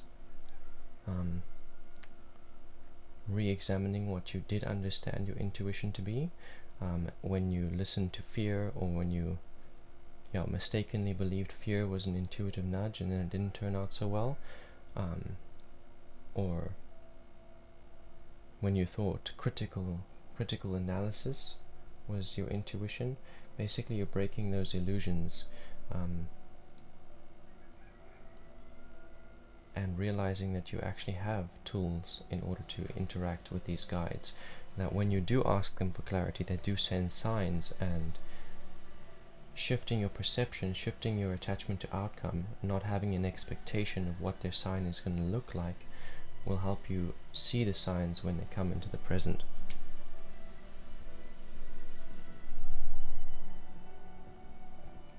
Your unconscious mind is trying to make breakthroughs from suffering. Unconsciously, all of this is happening. You reaching out to your guides, these decisions that you're making, and the illusions that you're breaking, it's all because of this suffering. There is suffering for you in the present, to do with your relationships and to do with your finances. So those things are affecting your decisions and affecting your ability to see your guides and hear from them unconsciously. It's affecting your dreams. Everything here is being affected by this, but your unconscious mind, you are unconsciously trying to make a breakthrough, trying to break through that suffering. That's what all of this is about. You asking me these questions about your guides, we're trying to identify them, being a breakthrough from that pain.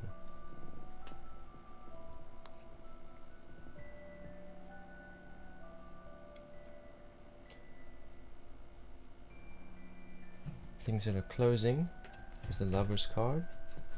So this card is saying that you have evolved. You evolved past your limitations, your intuitive limitations, and your self-limiting beliefs. You've evolved through them because of interacting with other people, forming deep connections with people who were intuitive and who were magically inclined, and so learning from their example, you were able to overcome certain self-limiting beliefs and step more into your spiritual potential. And that's what's coming to a close now. That evolution is complete. The relationship is not complete, but the evolution is complete for now. It is what has brought you to this place where you are breaking through illusions, where you are identifying your tools, where you're learning to work with your guides and making these decisions about where you're heading.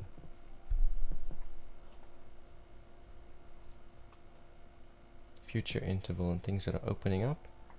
Prince of Wands.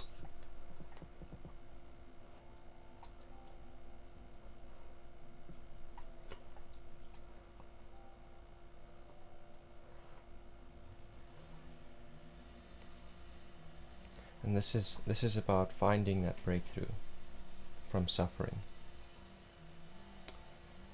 Reaching towards your desires.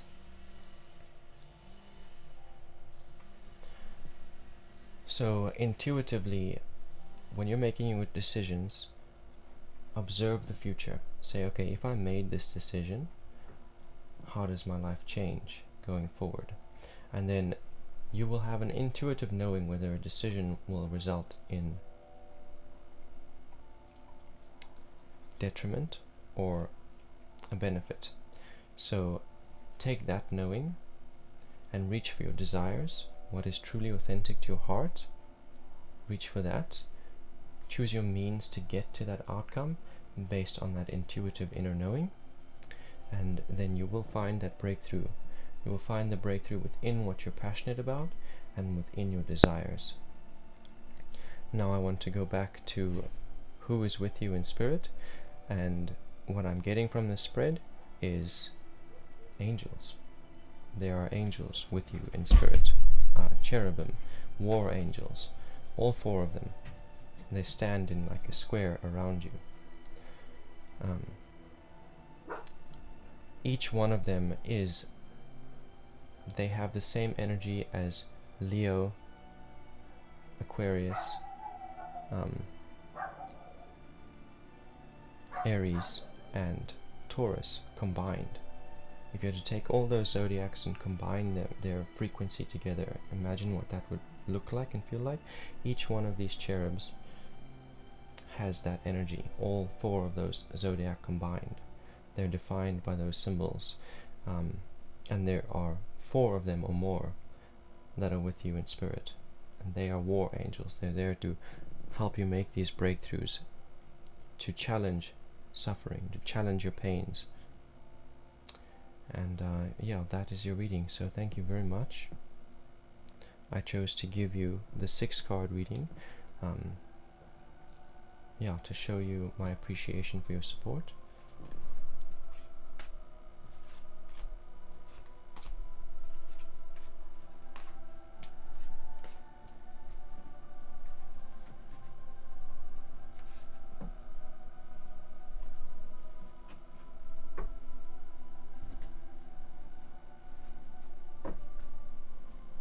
Exclaim says, if I may, see yourself as a light bulb with filth. The light is your consciousness, your soul, and you are the light bulb. The filth is what is causing your pain, physically and mentally. Clear your pains to let your light shine through. That's an interesting metaphor.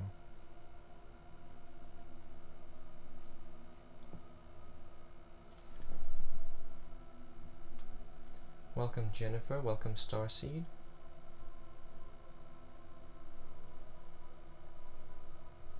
It's not too late to join the queue. Please type #tarot along with your question to join the queue.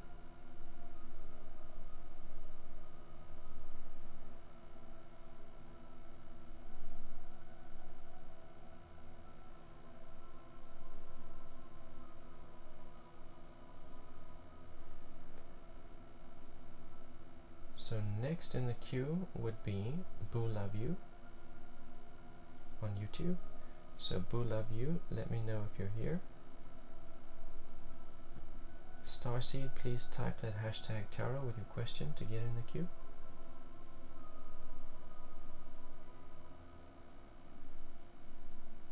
Thank you for joining the queue,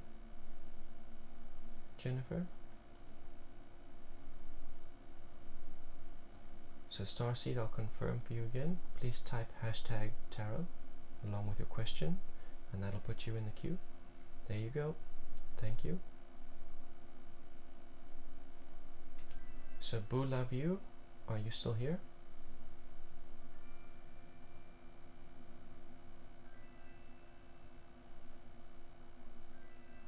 Cool. Boo Love You is still here.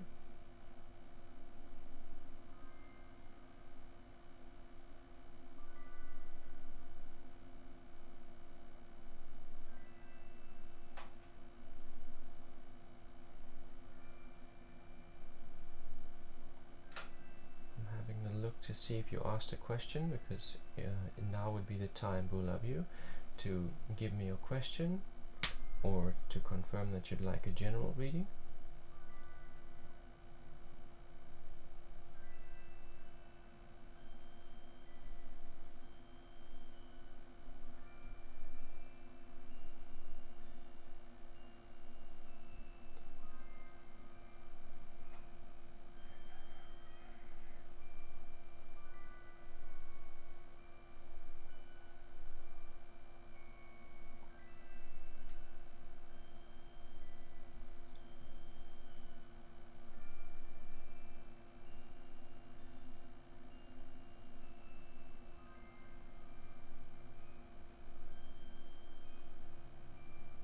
Sorry to hear that, Milton. Maybe you'll join me later, or maybe I'll see you on Friday.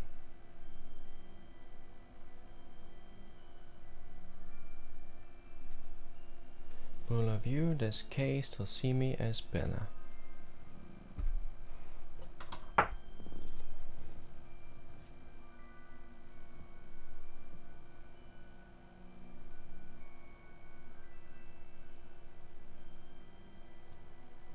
On behalf of Boo Love You, does Kay still see her as Bella?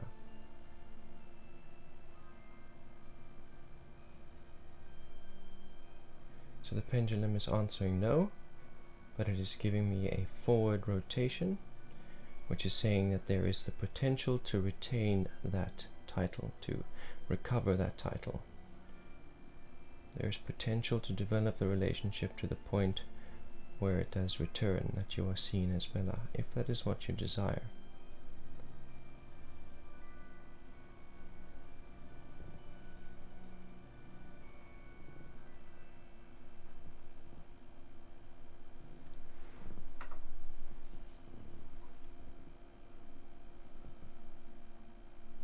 The tarot says to you that you can break through the illusions. There are certain things that you tell yourself, like today you're testing the pendulum to see if it answers yes or no, as if something would have changed in reality. But yeah, break through those illusions. Magic is real. The stories you tell yourself, don't listen to the story, listen to what is actually in reality. And you have the tools at your disposal to realize what you desire, to manifest it. Look around you and be grateful for what you have, and realize that there are tools and resources that you could be applying to accomplish whatever it is you wish to manifest.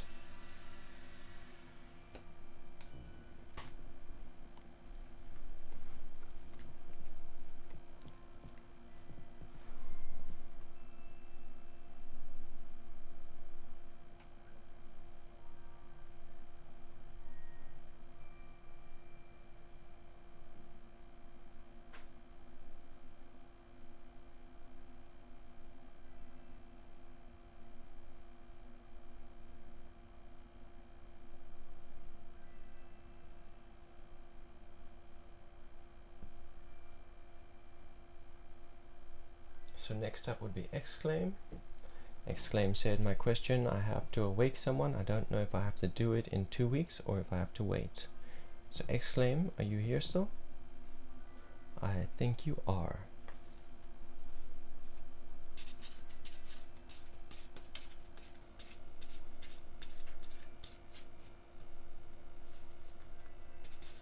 Yes, indeed.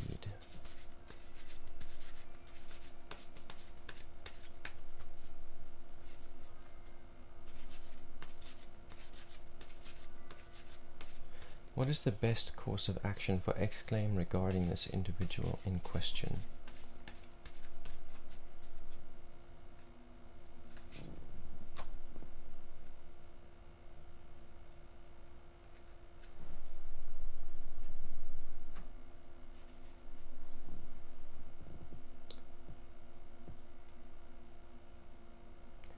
Your past interval and first card is the Queen of Discs reversed.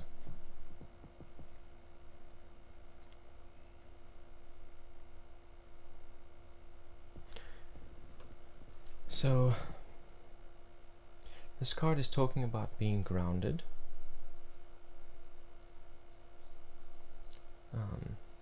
Very much grounded within reality. The card being reversed indicates that it's a little bit too much grounding. It's like seeing no further than the physical world, not acknowledging the symbolic nature of the physical world or the spiritual aspect that lies behind it.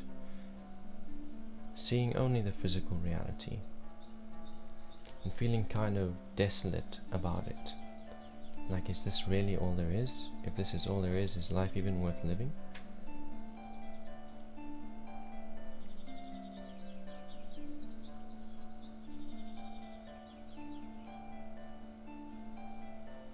Yeah, there's no air here. There's no fire here. There's only physical reality. There's only earth. And this is where you've come from.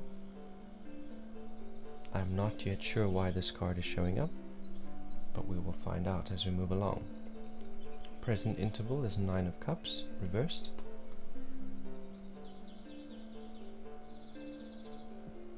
So this is saying that in the present you're feeling anxiety and other difficult emotions welling up in you. They feel like they're evolving into completion.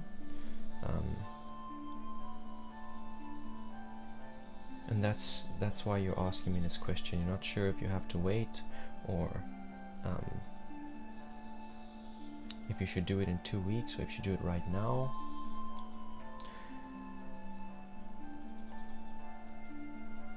The feeling that you are responsible for this person's awakening, it's causing you this build-up of emotion, and at some point it's going to reach its fullness. And when it does reach its fullness, don't allow it to explode and don't react to it. Let it be felt, express it, but express it creatively and constructively. It'll most probably come to its fullness when you're still in your own space. It won't be in the presence of this individual. It'll be in your own space, in your own time. So you don't have to be constructive or creative towards the person. Just being constructive and creative in general with the feeling, rather than allowing the feeling to dictate a course of action. Choose a course of action that is creative and constructive for yourself and your own goals.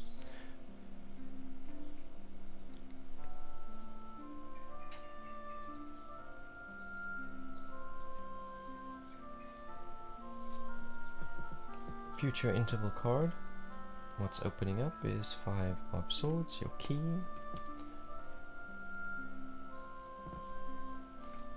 So this one is saying do the best that you can with what you know.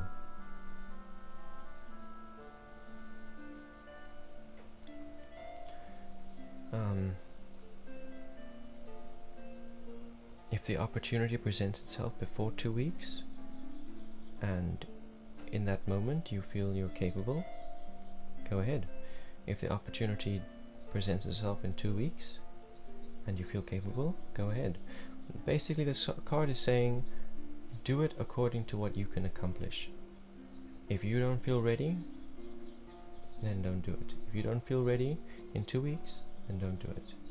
Wait. Take the steps that you can take. Don't try and reach further than what your emotional being allows.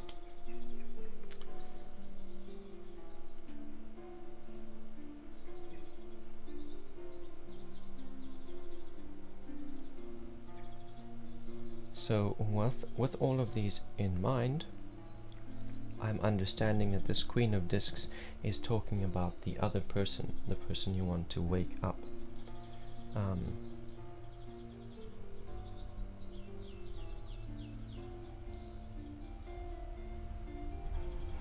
Yeah, it's talking about them. They are very much grounded. They're so grounded in their reality that they can't see beyond it. They can't see any of the symbolism that exists around them.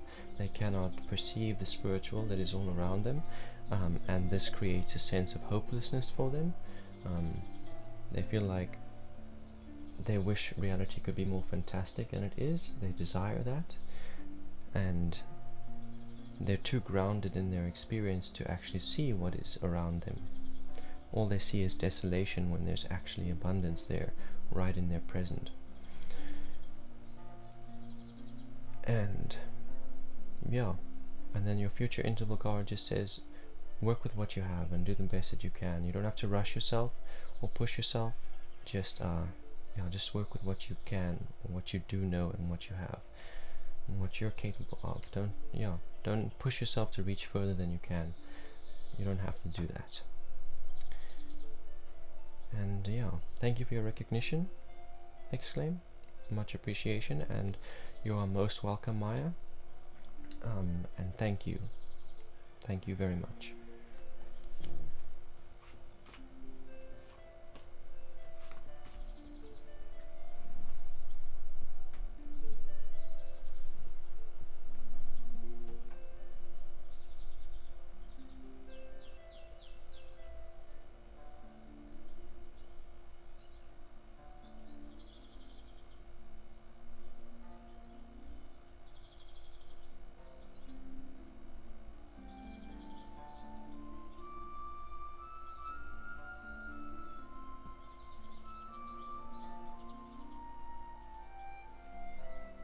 You're welcome, Exclaim.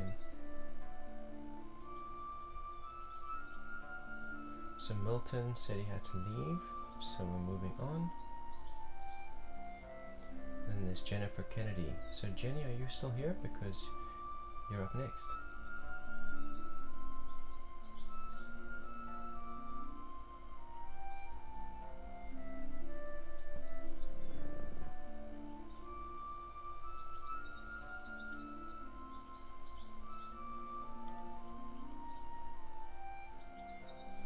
Awesome.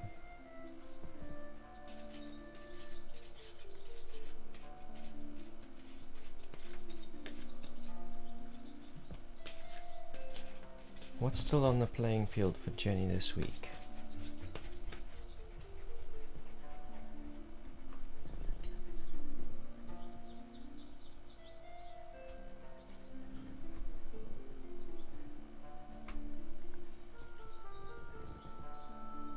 The first card is the Three of Swords reversed. So that is a feeling of hopelessness, like you've dropped too many responsibilities and the goals that you have set are now outside of your reach. But this was last week. This is last week and these days in this week that have already passed. Dude, come on. You're on the wires there. You pull the lights down. Sorry about that. The dog is fiddling with the wires. But yeah, that's talking about a feeling of hopelessness, like you dropped too much, and so the goals that you had set were no longer accomplishable. But that card just wants to say you can still be flexible, as long as you are fulfilling the things that are most important, the highest priorities. Shift the other things out of the way, put them lower down on the list, bring the things that are priorities up. and then you are still moving towards your destination. So your present interval card is the Four of Cups reversed.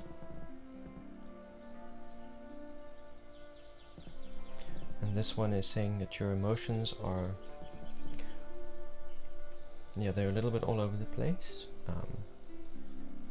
Your cups are overflowing with difficult emotions, and they're kind of forming obstacles between you and your goals that you have this week, and your whatever it is that you're working on, your projects or life in general. These emotions are getting in the way, and so this card wants to say to you, don't allow the emotions to dictate your course of action.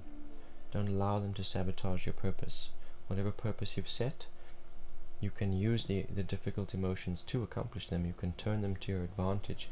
You can allow them to drive you forward. Because in the fulfillment of your goals, you escape those stimuli that are creating the difficult experience. So allow the difficult emotion to motivate you to do something constructive.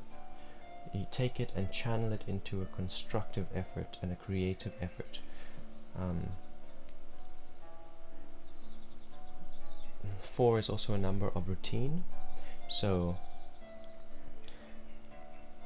again, when I see the number 4, it talks about being flexible with your goals, to be flexible with your routine. There are always going to be unforeseen variables and unforeseen, uncontrollable events that we have to be flexible with, that get in the way of our priorities or our goals. And then that's okay, as long as you are being flexible and you put your priorities up. The things that are less important can be moved to another day. And then you are still taking a step towards your outcome. You're still moving towards the purpose that you've set, and that is enough. You are still moving towards the liberation from these difficult emotional stimuli. The card just wants to warn you that every time that you allow your emotions to dictate your course of action, you separate yourself from your goals, you distance yourself from your goals. And then that leads to this 3 of Swords energy, which is disappointment and hopelessness, that you're not going to be able to fulfill them anymore. Future interval is the Queen of Cups. So this one is saying that what you are hoping to accomplish, there is a certain attachment to outcome, a certain attachment to result.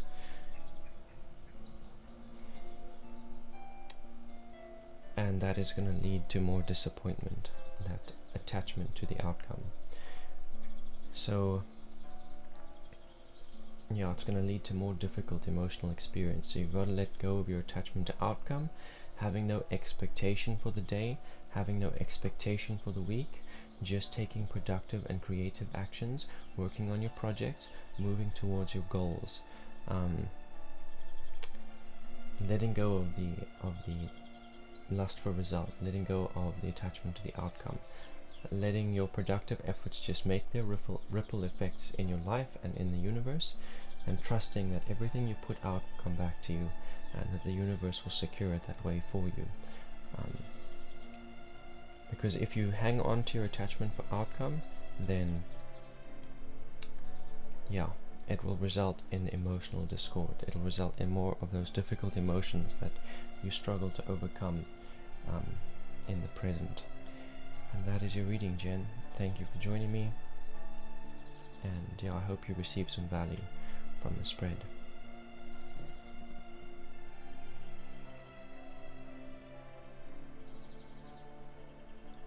Next is Starseed on YouTube. Starseed, are you here? Please confirm.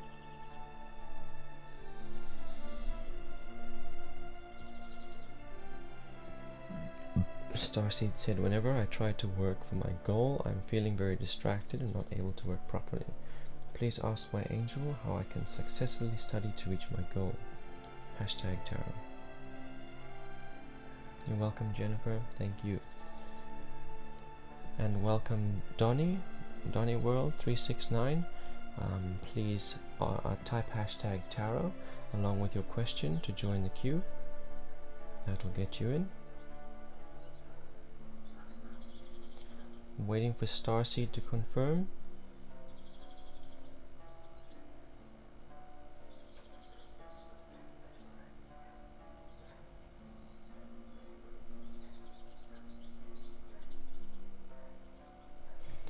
Okay, moving on.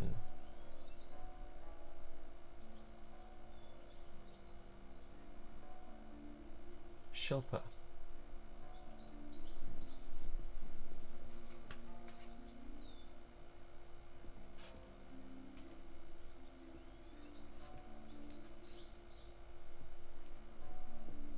Is M love CR me?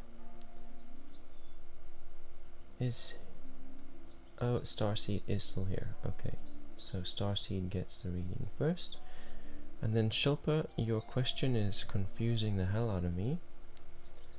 Is my love CR me? Is M love CR me? His is planning to marry her. Or he is willing to marry me. Like, do he see the future towards me? Okay, I guess I could make sense of that. But we're going to do Starseed's reading before we do that one. Excuse me for a second.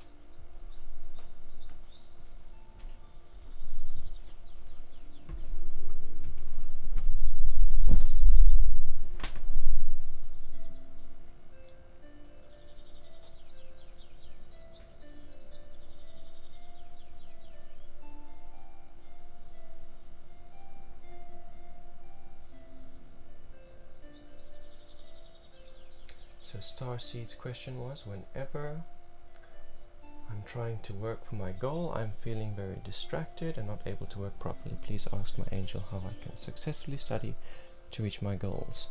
And then Pookie, welcome, asking, can I get a message from my guides? Excuse me for a moment, I need to recenter.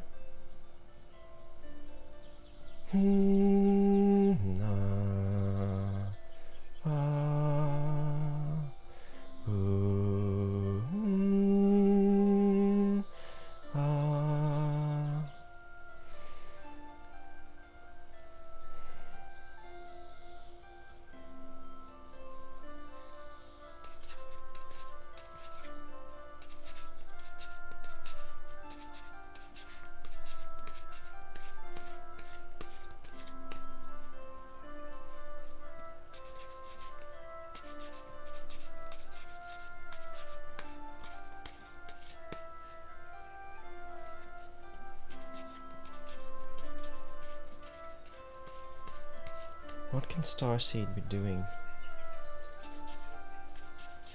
to minimize distractions and improve her focus?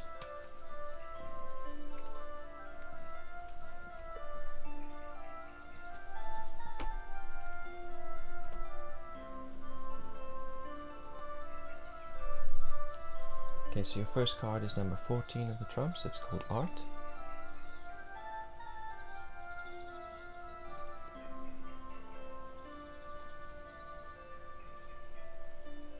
So this one is saying that there was the opportunity to work together with someone else, but you have difficulty working with others, and so it turned into more of a distraction than a benefit. Trying to co-study or work with others, it turned into more of a kayur or a party, like a hangout, and less of a study session.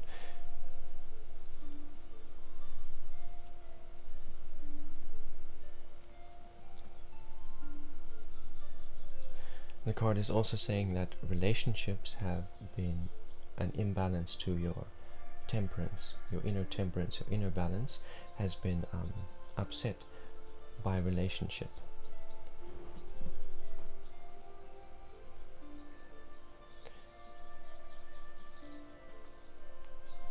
that is one of the biggest interfering distractions, is your relationships. Those you have been in the past, if you are in one in the present, those are your biggest distractions.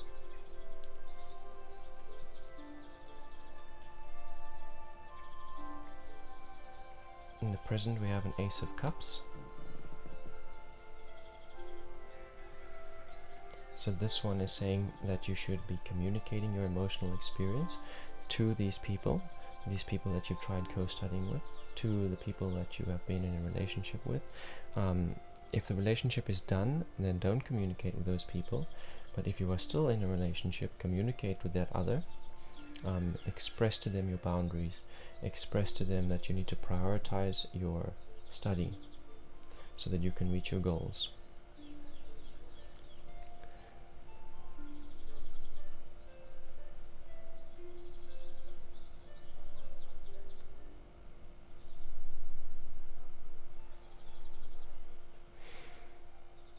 Yeah, and that's just about everything that I'm getting from that card. Future interval is a Knight of Swords, reversed.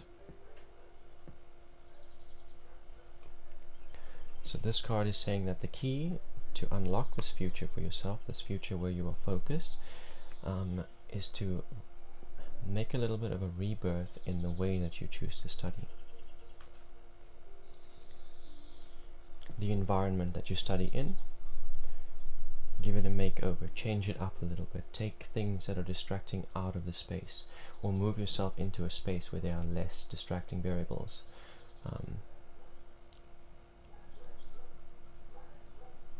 So the vision that I'm seeing here is moving into an office, so then you don't have the things that are in your room or in your space, in your regular study space, that distract you. Lots of colorful variables, distracting stimulus, music,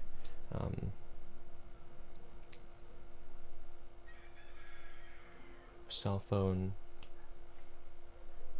books, TV. Moving yourself out of the space where all of those things exist, and adjusting the way that your computer is set up, because you will need to use the internet for your studies. So a rebirth in that domain would then be taking all of the non-study related applications and systems off of the computer, or creating a new user that's dedicated to study, where you're not signed into your social media platforms, etc.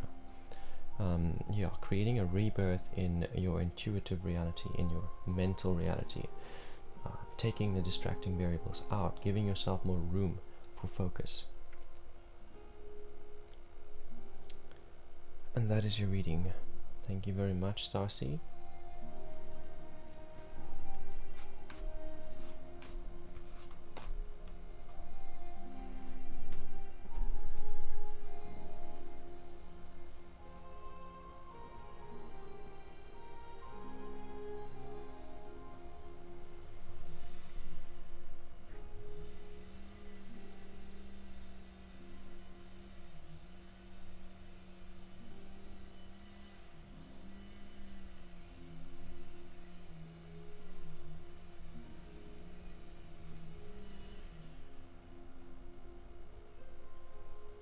And you too.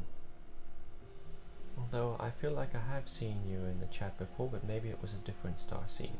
But either way, it's good to meet you, and please subscribe and like if you haven't done already. Help me grow. Help your mage meet his goals.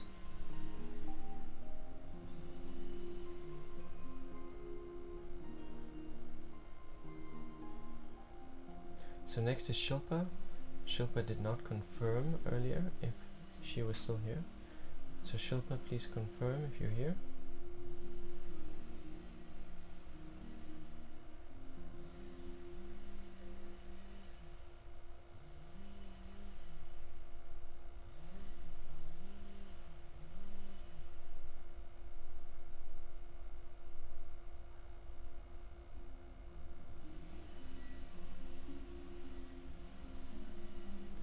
Shilpa seems to have left.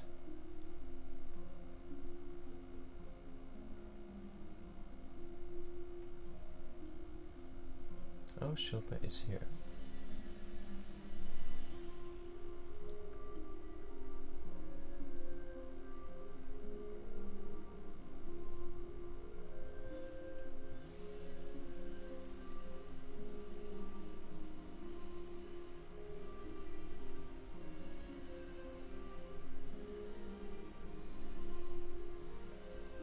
I'm looking through the chat to find your question again, because at some point I lost it.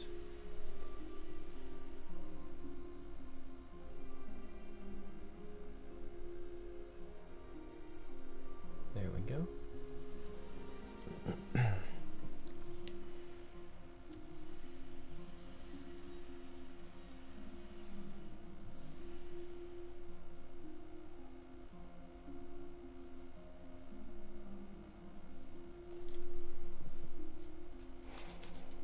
What advice do the spirits have for Shilpa?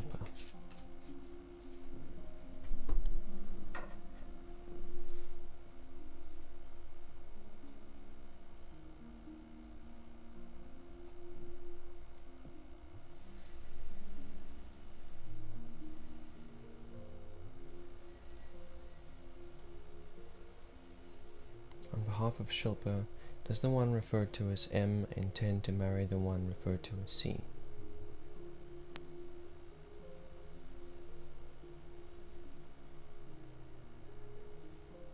No, he does not intend to marry the one referred to as C.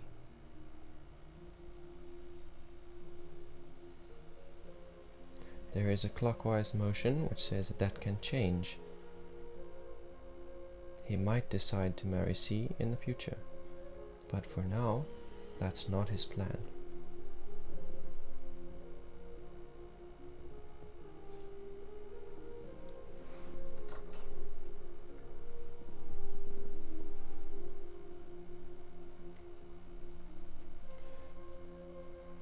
And the advice the tarot has for you is to take authority over your emotional self.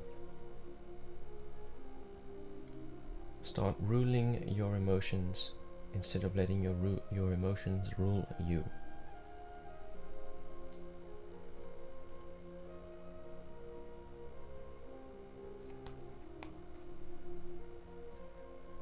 Your emotions are what keep you from your desire. So you want something, you want M to notice you, recognize you, or you keep allowing your emotions to sabotage that mission. Stop letting your emotions sabotage that desire. Take authority over your emotions.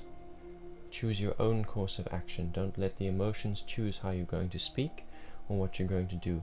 You decide those things regardless of what you're feeling.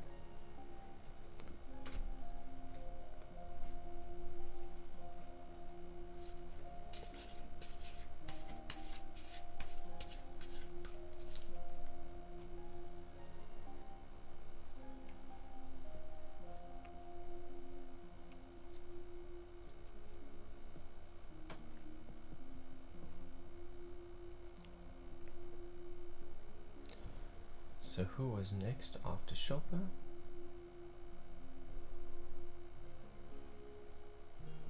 We don't actually have anyone else in the queue. No one else has joined the queue, so the queue is empty at this point, guys.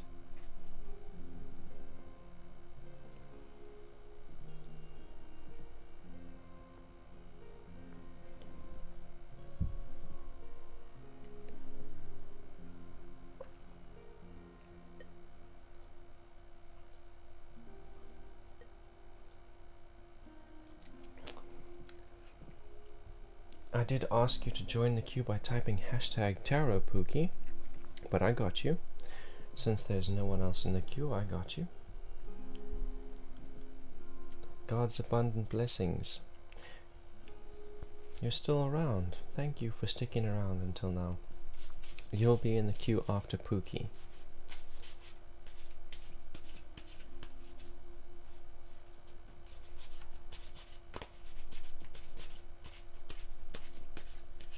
So Pookie, do you have a question? You want just a message?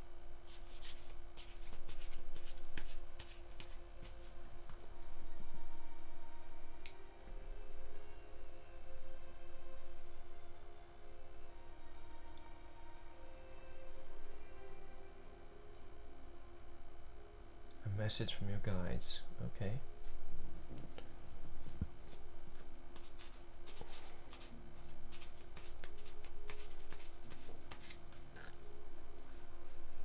What message and what guidance does Pookie's guides have for him or her?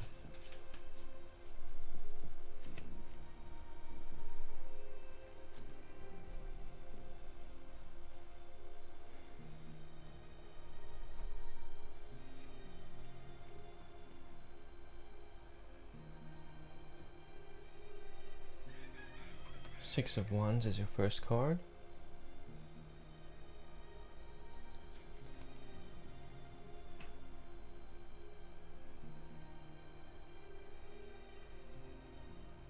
This is saying, this is just your guides acknowledging something. They're saying that you've evolved through your relationships. You have learned from the example of the people that you have a connection with. So that doesn't necessarily imply romantic relationship, although your romantic relationship has had a big impact. But basically you have desires that you've been trying to reach for quite a while, setting intentions towards those desires. And then through your relationships, through your deep intimate connections, whether they are romantic or otherwise, you have evolved. You're able to do more towards accomplishing your desires, gotten closer, and gotten access to new knowledge and new resources and new motivation towards your desires because of the other people that you've been interacting with.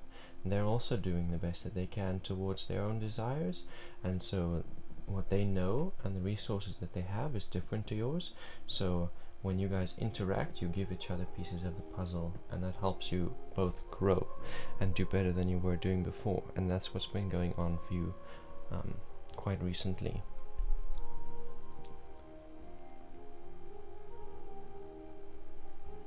In the present, I have number 17 of the trumps for you, the star.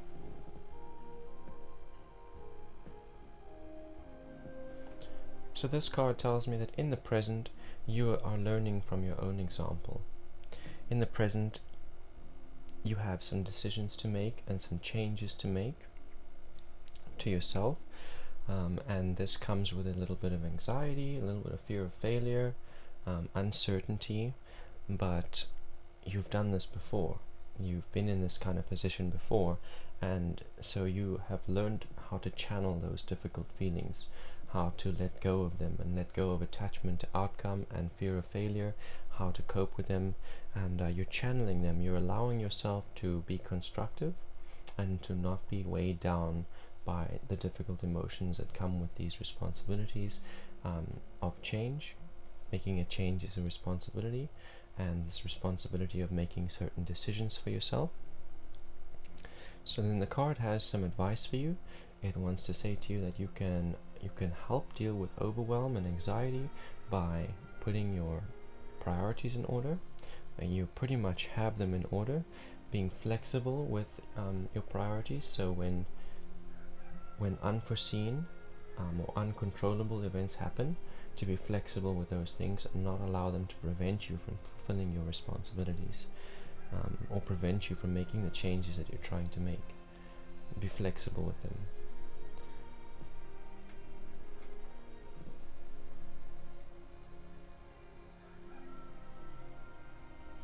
Future interval card is the 10 of discs. So what's about to open up for you is wealth. 10 is completion. It's like where you receive the returns on your investments. And discs is about the physical reality. So that's fitness and finances. You're about to see all of the time and energy that you've dedicated to your fitness and to your career or your finances. You're about to see those things pay off. those investments of your time and energy and resources are about to pay off. So this card has a bit of a warning. When the harvest is ready, when it's time for you to receive from the universe, to receive everything that you've put out, then suddenly there will be a lot of distractions that are going to come up for you. A lot of things that look like opportunities, look like promises, but chasing them won't actually lead you anywhere substantial. So don't let these distracting opportunities get in your way. Focus on receiving, focus on reaping the harvest, and doing what you need to do in order to allow the abundance of all of your efforts to flow into your life. And then make new investments. If you plant a field full of corn and it grows into its harvest and you reap it, you reap your harvest, and then you don't sow new seeds, then you're not going to have a harvest next season. So don't be so encouraged by your success that you don't invest again, that you don't continue working towards the next milestone, the next goal, or setting intentions towards it. And that's your reading. So thank you very much, Pookie, for joining me today. I love to have new faces and new names in the stream. And next up is God's abundant blessings.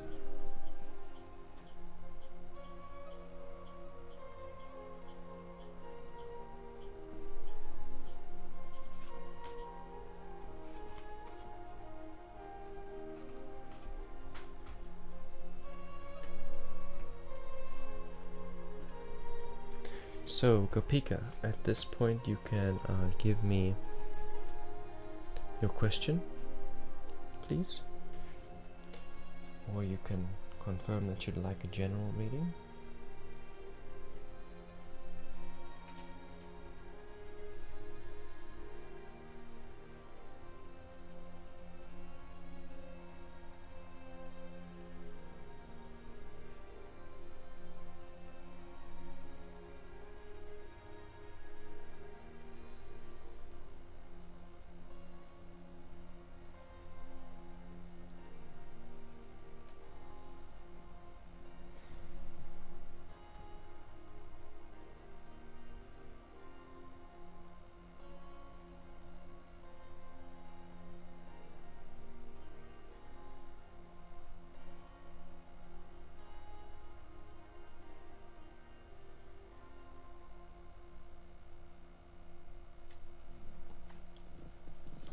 General reading for Gopika Carol.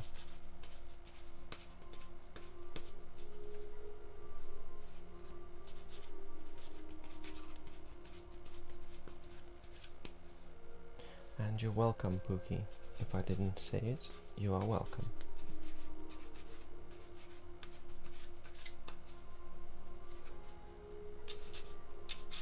What general guidance does the universe have for Gopika Carol?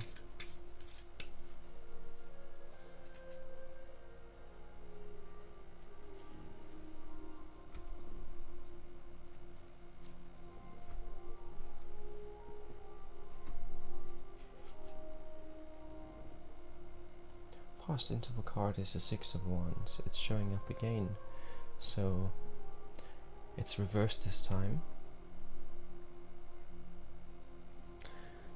This one is saying that you've had difficulty acknowledging your limitations.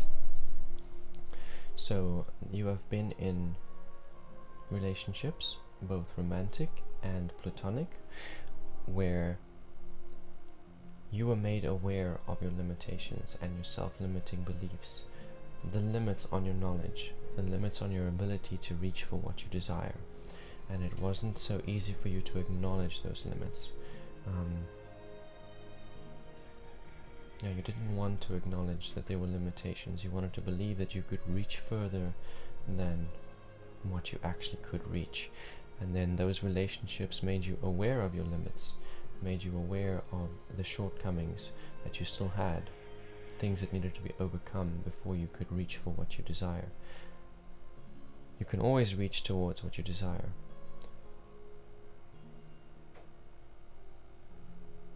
there's a limit on how far you can reach at once, how big your steps can be, and you didn't want to acknowledge that you were taking steps that were too big.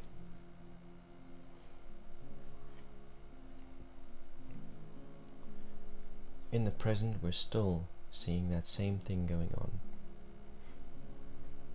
Six of Swords. Unwilling to acknowledge your limitations. This card is saying that as soon as you can accept that there are limits and that you have been overreaching, the sooner you can evolve beyond your limits, because you could be learning from these relationships, these platonic and romantic relationships that you have and have had, that make you aware of your limitations and shortcomings.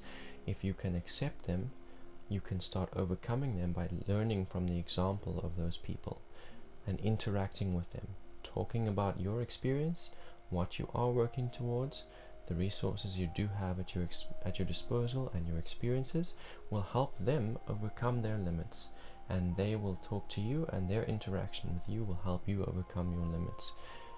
Basically, that card is saying that as soon as you can accept the shortcomings, the sooner you can evolve beyond them by learning from the example of these people who are making you aware of your shortcomings.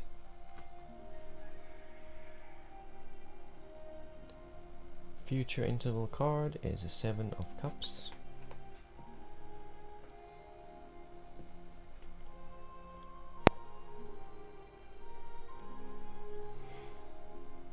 This is a warning, it's a suggestion. It's saying that you might find yourself overwhelmed by your emotions, and you might be inclined to distract yourself by watching series or scrolling on Facebook or smoking or binge eating or doing something like that, something to fill that void, so you don't have to face the difficult emotions, you don't have to face the overwhelm, rather trying to hide from it. But the card wants to say to you that that will lead to depression. Rather face those difficult emotions, allow them to be felt, and do something constructive with them, something creative, even if that's just writing it down, or drawing a little picture that expresses what you're feeling. Do something creative with the feeling. Don't distract yourself from it, because that will lead to depression.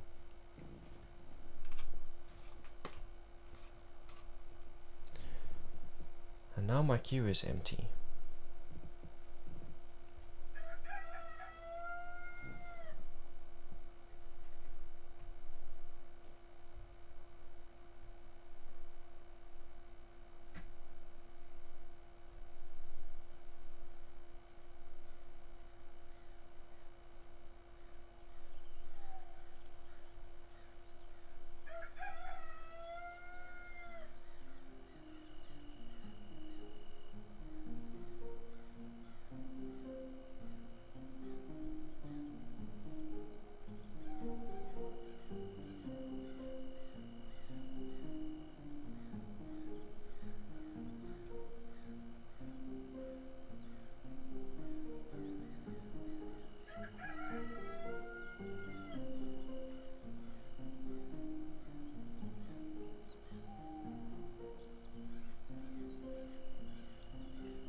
You're welcome, Gopika, and thank you. Please give this video a like if you haven't already. Much appreciation. Help your mage meet his goals. Help him grow.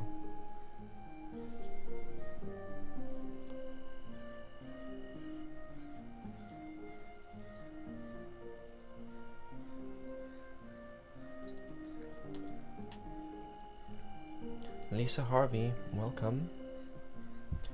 Nice to have a new name and a new face in the chat. So you can join that queue if you like. It's still open. Still got space for a few more readings. There's no one else in the queue. All the other readings have been completed. So if you'd like a tarot reading, please just type #tarot and state your question.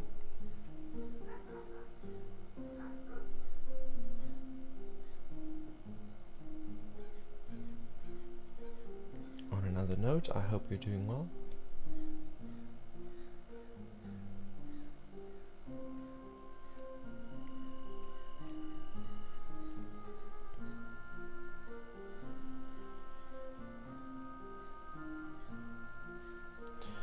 wondering what Jay's potential actions could be towards our connection, if any.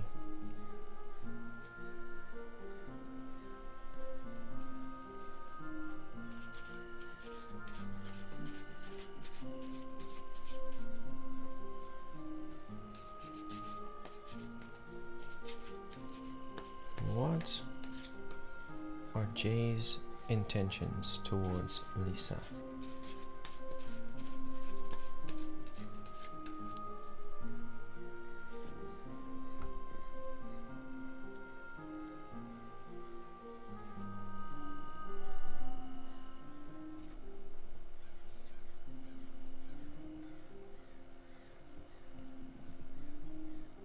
Your first card is a Prince of Swords.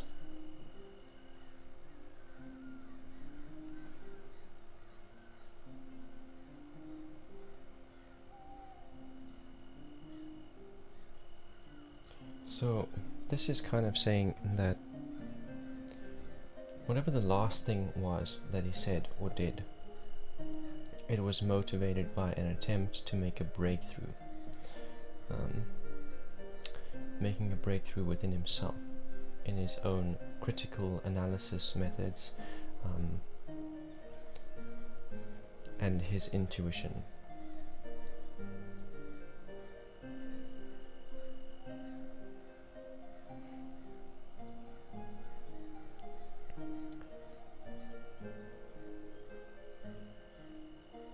The Prince energy is like deliberately exposing yourself to a difficult situation or a challenge because you feel like you've grown enough and changed enough that you can overcome it now and find breakthrough.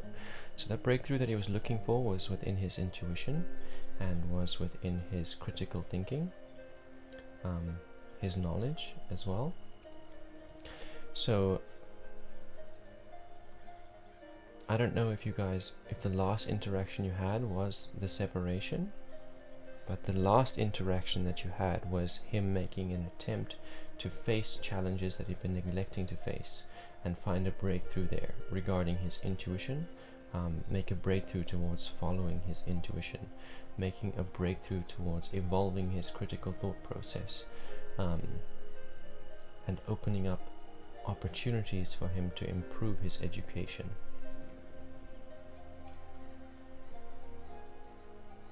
Lots of Prince energy. In the present I've got a Prince of Wands reversed.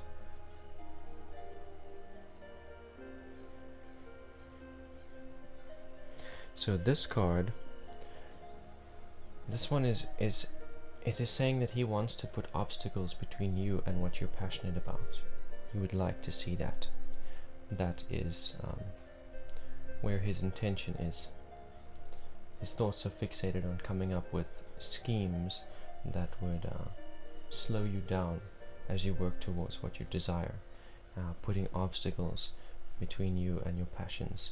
So that might look like words, just words of discouragement, or fiery words, angry words, trying to destabilize you.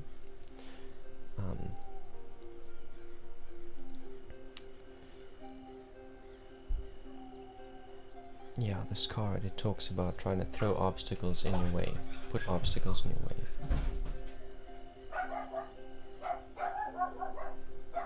Future interval is the mages, so he will be reaching out and communicating, and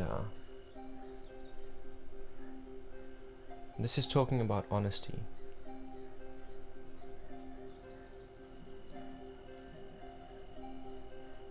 It's suggesting to you that you be honest, that you speak with clarity regarding your experience, your feelings, and your boundaries.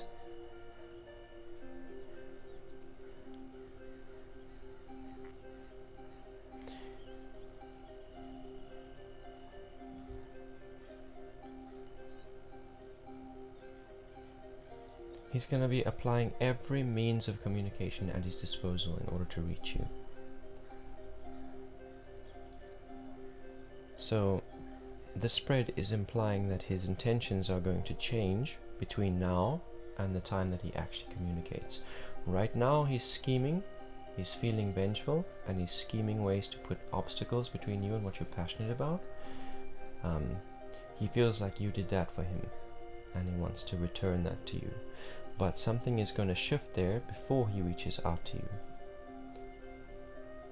because he's going to be honest, and that's why there is the suggestion that you are honest.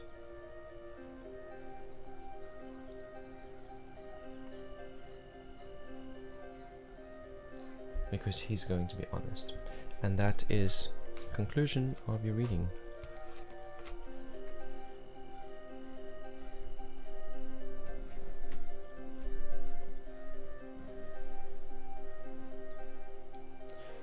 Alexander the Great, thank you for joining the queue. Please go ahead and ask me a question, and I'll do that reading for you. And Ankita Moore, thank you for joining the queue. So Ankita, you'll be the last free reading that I'm giving away for the day.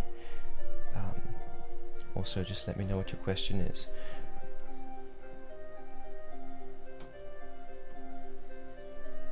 Thank you for the sub and the like, Alexander.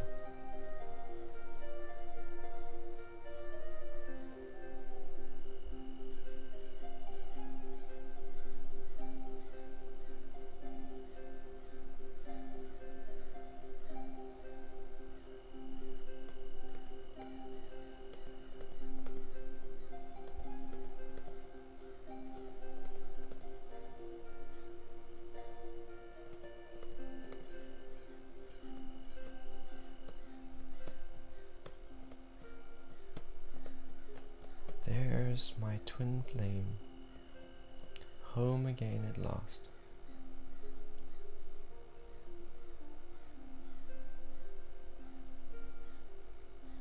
My dragon queen is here. Very exciting.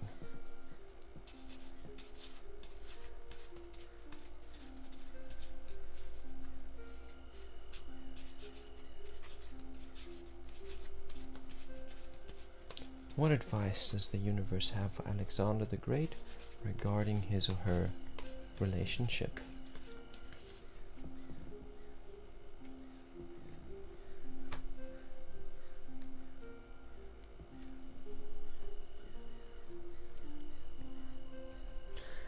I'm going to turn the spread over for you now, but I just can't wait to greet my love, so please excuse me.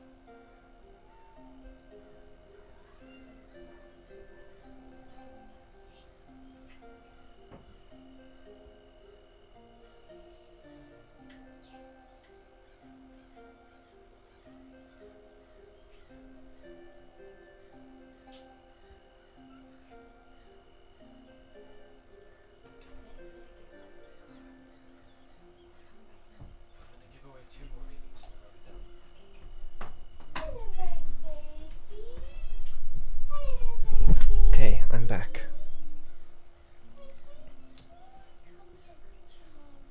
So, Alexander, your past interval here, first card is the Three of Swords. So this is saying that you have goals for this relationship. You also have personal goals,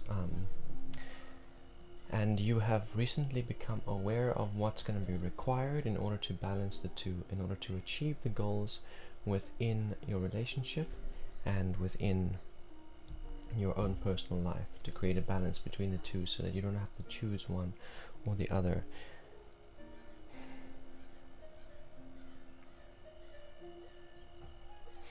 But you're feeling hopeful.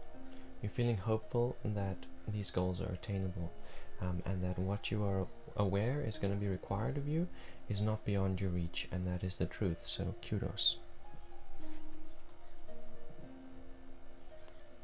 Okay, number 18 of the trumps in the present. It's called the moon and it's reversed.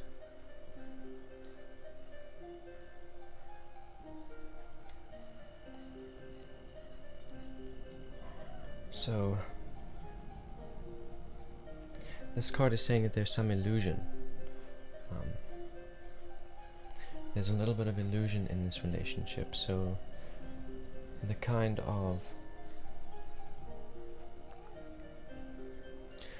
illusion that we're talking about here is loving the idea of your partner more than the partner in the present moment.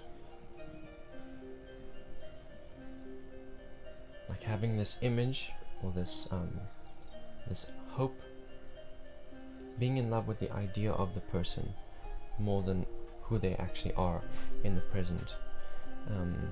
So that illusion needs to be shattered. But the other advice that this card has for you is that the tools that you need in order to make this succeed and in order to make your breakthroughs and destroy those illusions are at your disposal. And you just got to realize that. You've been overlooking them. They are mental tools, they are emotional tools, they are ethical tools that you already have. And you just need to do a little bit of self-reflection to find them. And then you can apply them in order to realize whatever it is your outcome is. Whatever it is that you want from this, you can realize it. Whatever changes you need to make, you can realize it. Future interval is number 5 of the trumps. So this card, it is saying to you, be the example that you want to see. Be the example you don't have. Lead by example. Become the example. More than that, the card is also saying that your partner is also an example. There are healthy aspects of your partner that you can integrate in order to improve your life and your standing. And there are also unhealthy aspects of your partner, but that's the same for all of us. We all have a shadow and a light. So basically saying become your example, the example of strength, and also learn from the good examples that are around you. Thank you for the follow. I can't really see who that was, but thank you. Or was it a subscribe? There's a little bit more coming from this spread, and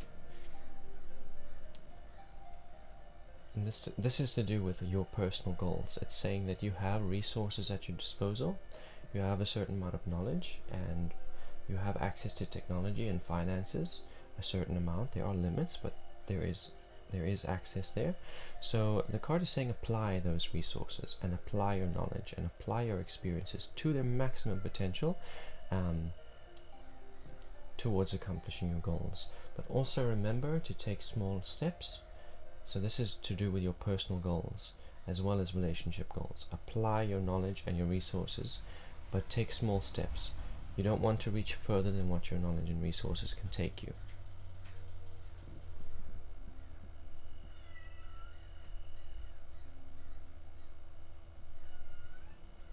And that is the conclusion of your reading.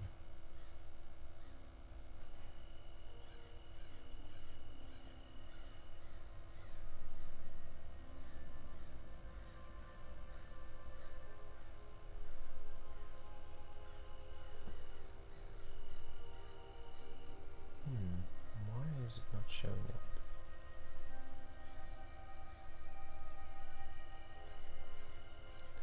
Ikoa, welcome, and Angel, welcome. You guys have caught me at the end, so I'm giving away one more reading before I turn off the stream and end.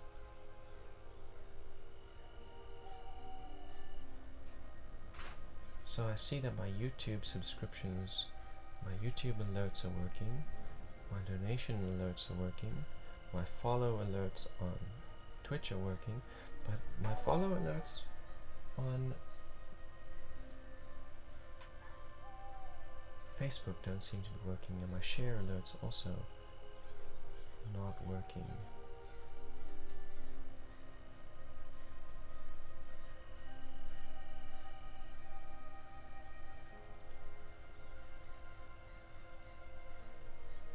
Welcome, Jelena.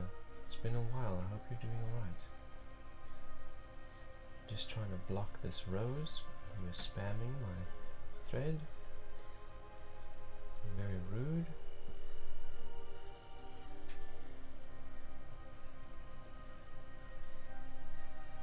Spam is so rude, Rose.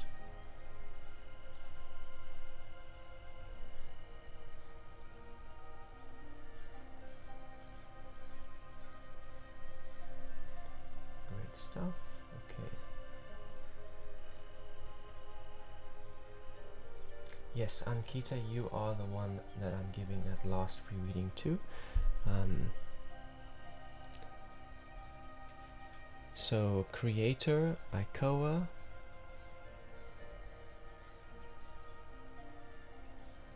you guys will have to join me on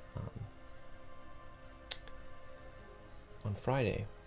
But, you know, I'm happy to stick around here and keep giving readings if you guys are happy to tip. But this will be the last free reading that I'm going to give. And Jelena says, hi, I was outside with child but came in to say, I hope you're having a nice day. Thank you very much. Another scammer. So rude to spam, you know. Be smart. Very rude to spam. And Jelena, they are most definitely roosters. They're just not crowing right now. There are still a whole butt ton of roosters. And more that are still not mature. And there's also a load of hens. Now why is it that I cannot see this?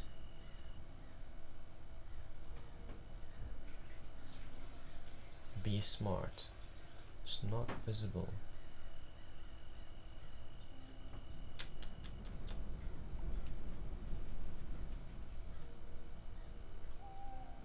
So Ankita wants to know what are Abhisek's feelings about me and what's his next move. We are currently best friends.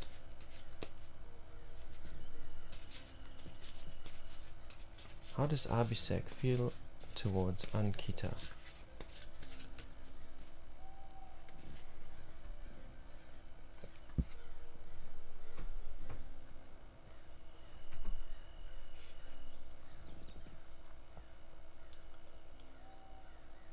Okay, so your first card, the past interval, is number 4.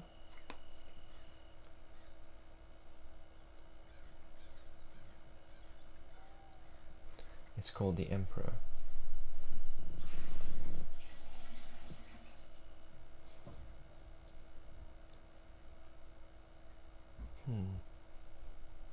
How does he feel about you? He feels like you have strong masculine influences in your life. Good, healthy masculine influences in your life. And that's something that's important to him when it comes to both friends and relationships, is that they have healthy fathers, good fathers. Even if those fathers aren't their biological fathers, but male influences that are representing a healthy masculine archetype.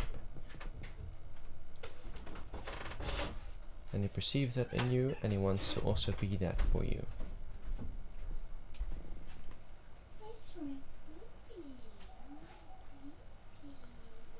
Present interval is number 6.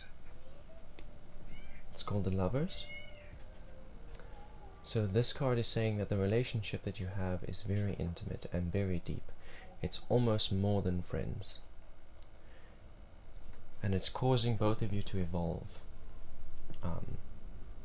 You're learning from him and he's learning from you. You're both growing because of this relationship. You're becoming better versions of yourselves because of the other one's influence.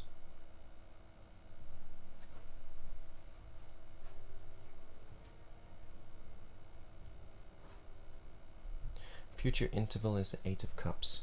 So this is saying to me that the emotional nature of this relationship is going to change. And it's something you guys are going to choose. You're going to choose to be more vulnerable in your emotional being. You're going to choose to take the relationship to the next level. That's what's opening up. That both of you appreciate one another, and then this shift is going to happen naturally. I'm not seeing any communication here, so I don't know who's going to be the first one to speak about this change, but the change is going to start happening. The change is busy happening. And yeah, this card is also suggesting that this change is meant to be the shift that's bringing it more into a more emotionally vulnerable and intimate relationship. That is what is aligned for both of you. That is, it's not inauthentic. Having this best friends label on this deep connection that you have is inauthentic. So the change is to bring you more into authenticity. And that is your reading. So that was the last free reading that I'm giving. My queue is closed. So yeah, thank you very much, guys. Much appreciation and thanks to everybody who liked, and everybody who shared, and everybody who subscribed, and everybody who sent tips.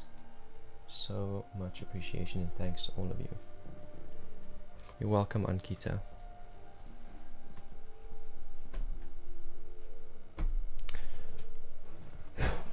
Oh. And I'll see you guys on Friday. Wealth and prosperity beyond measure.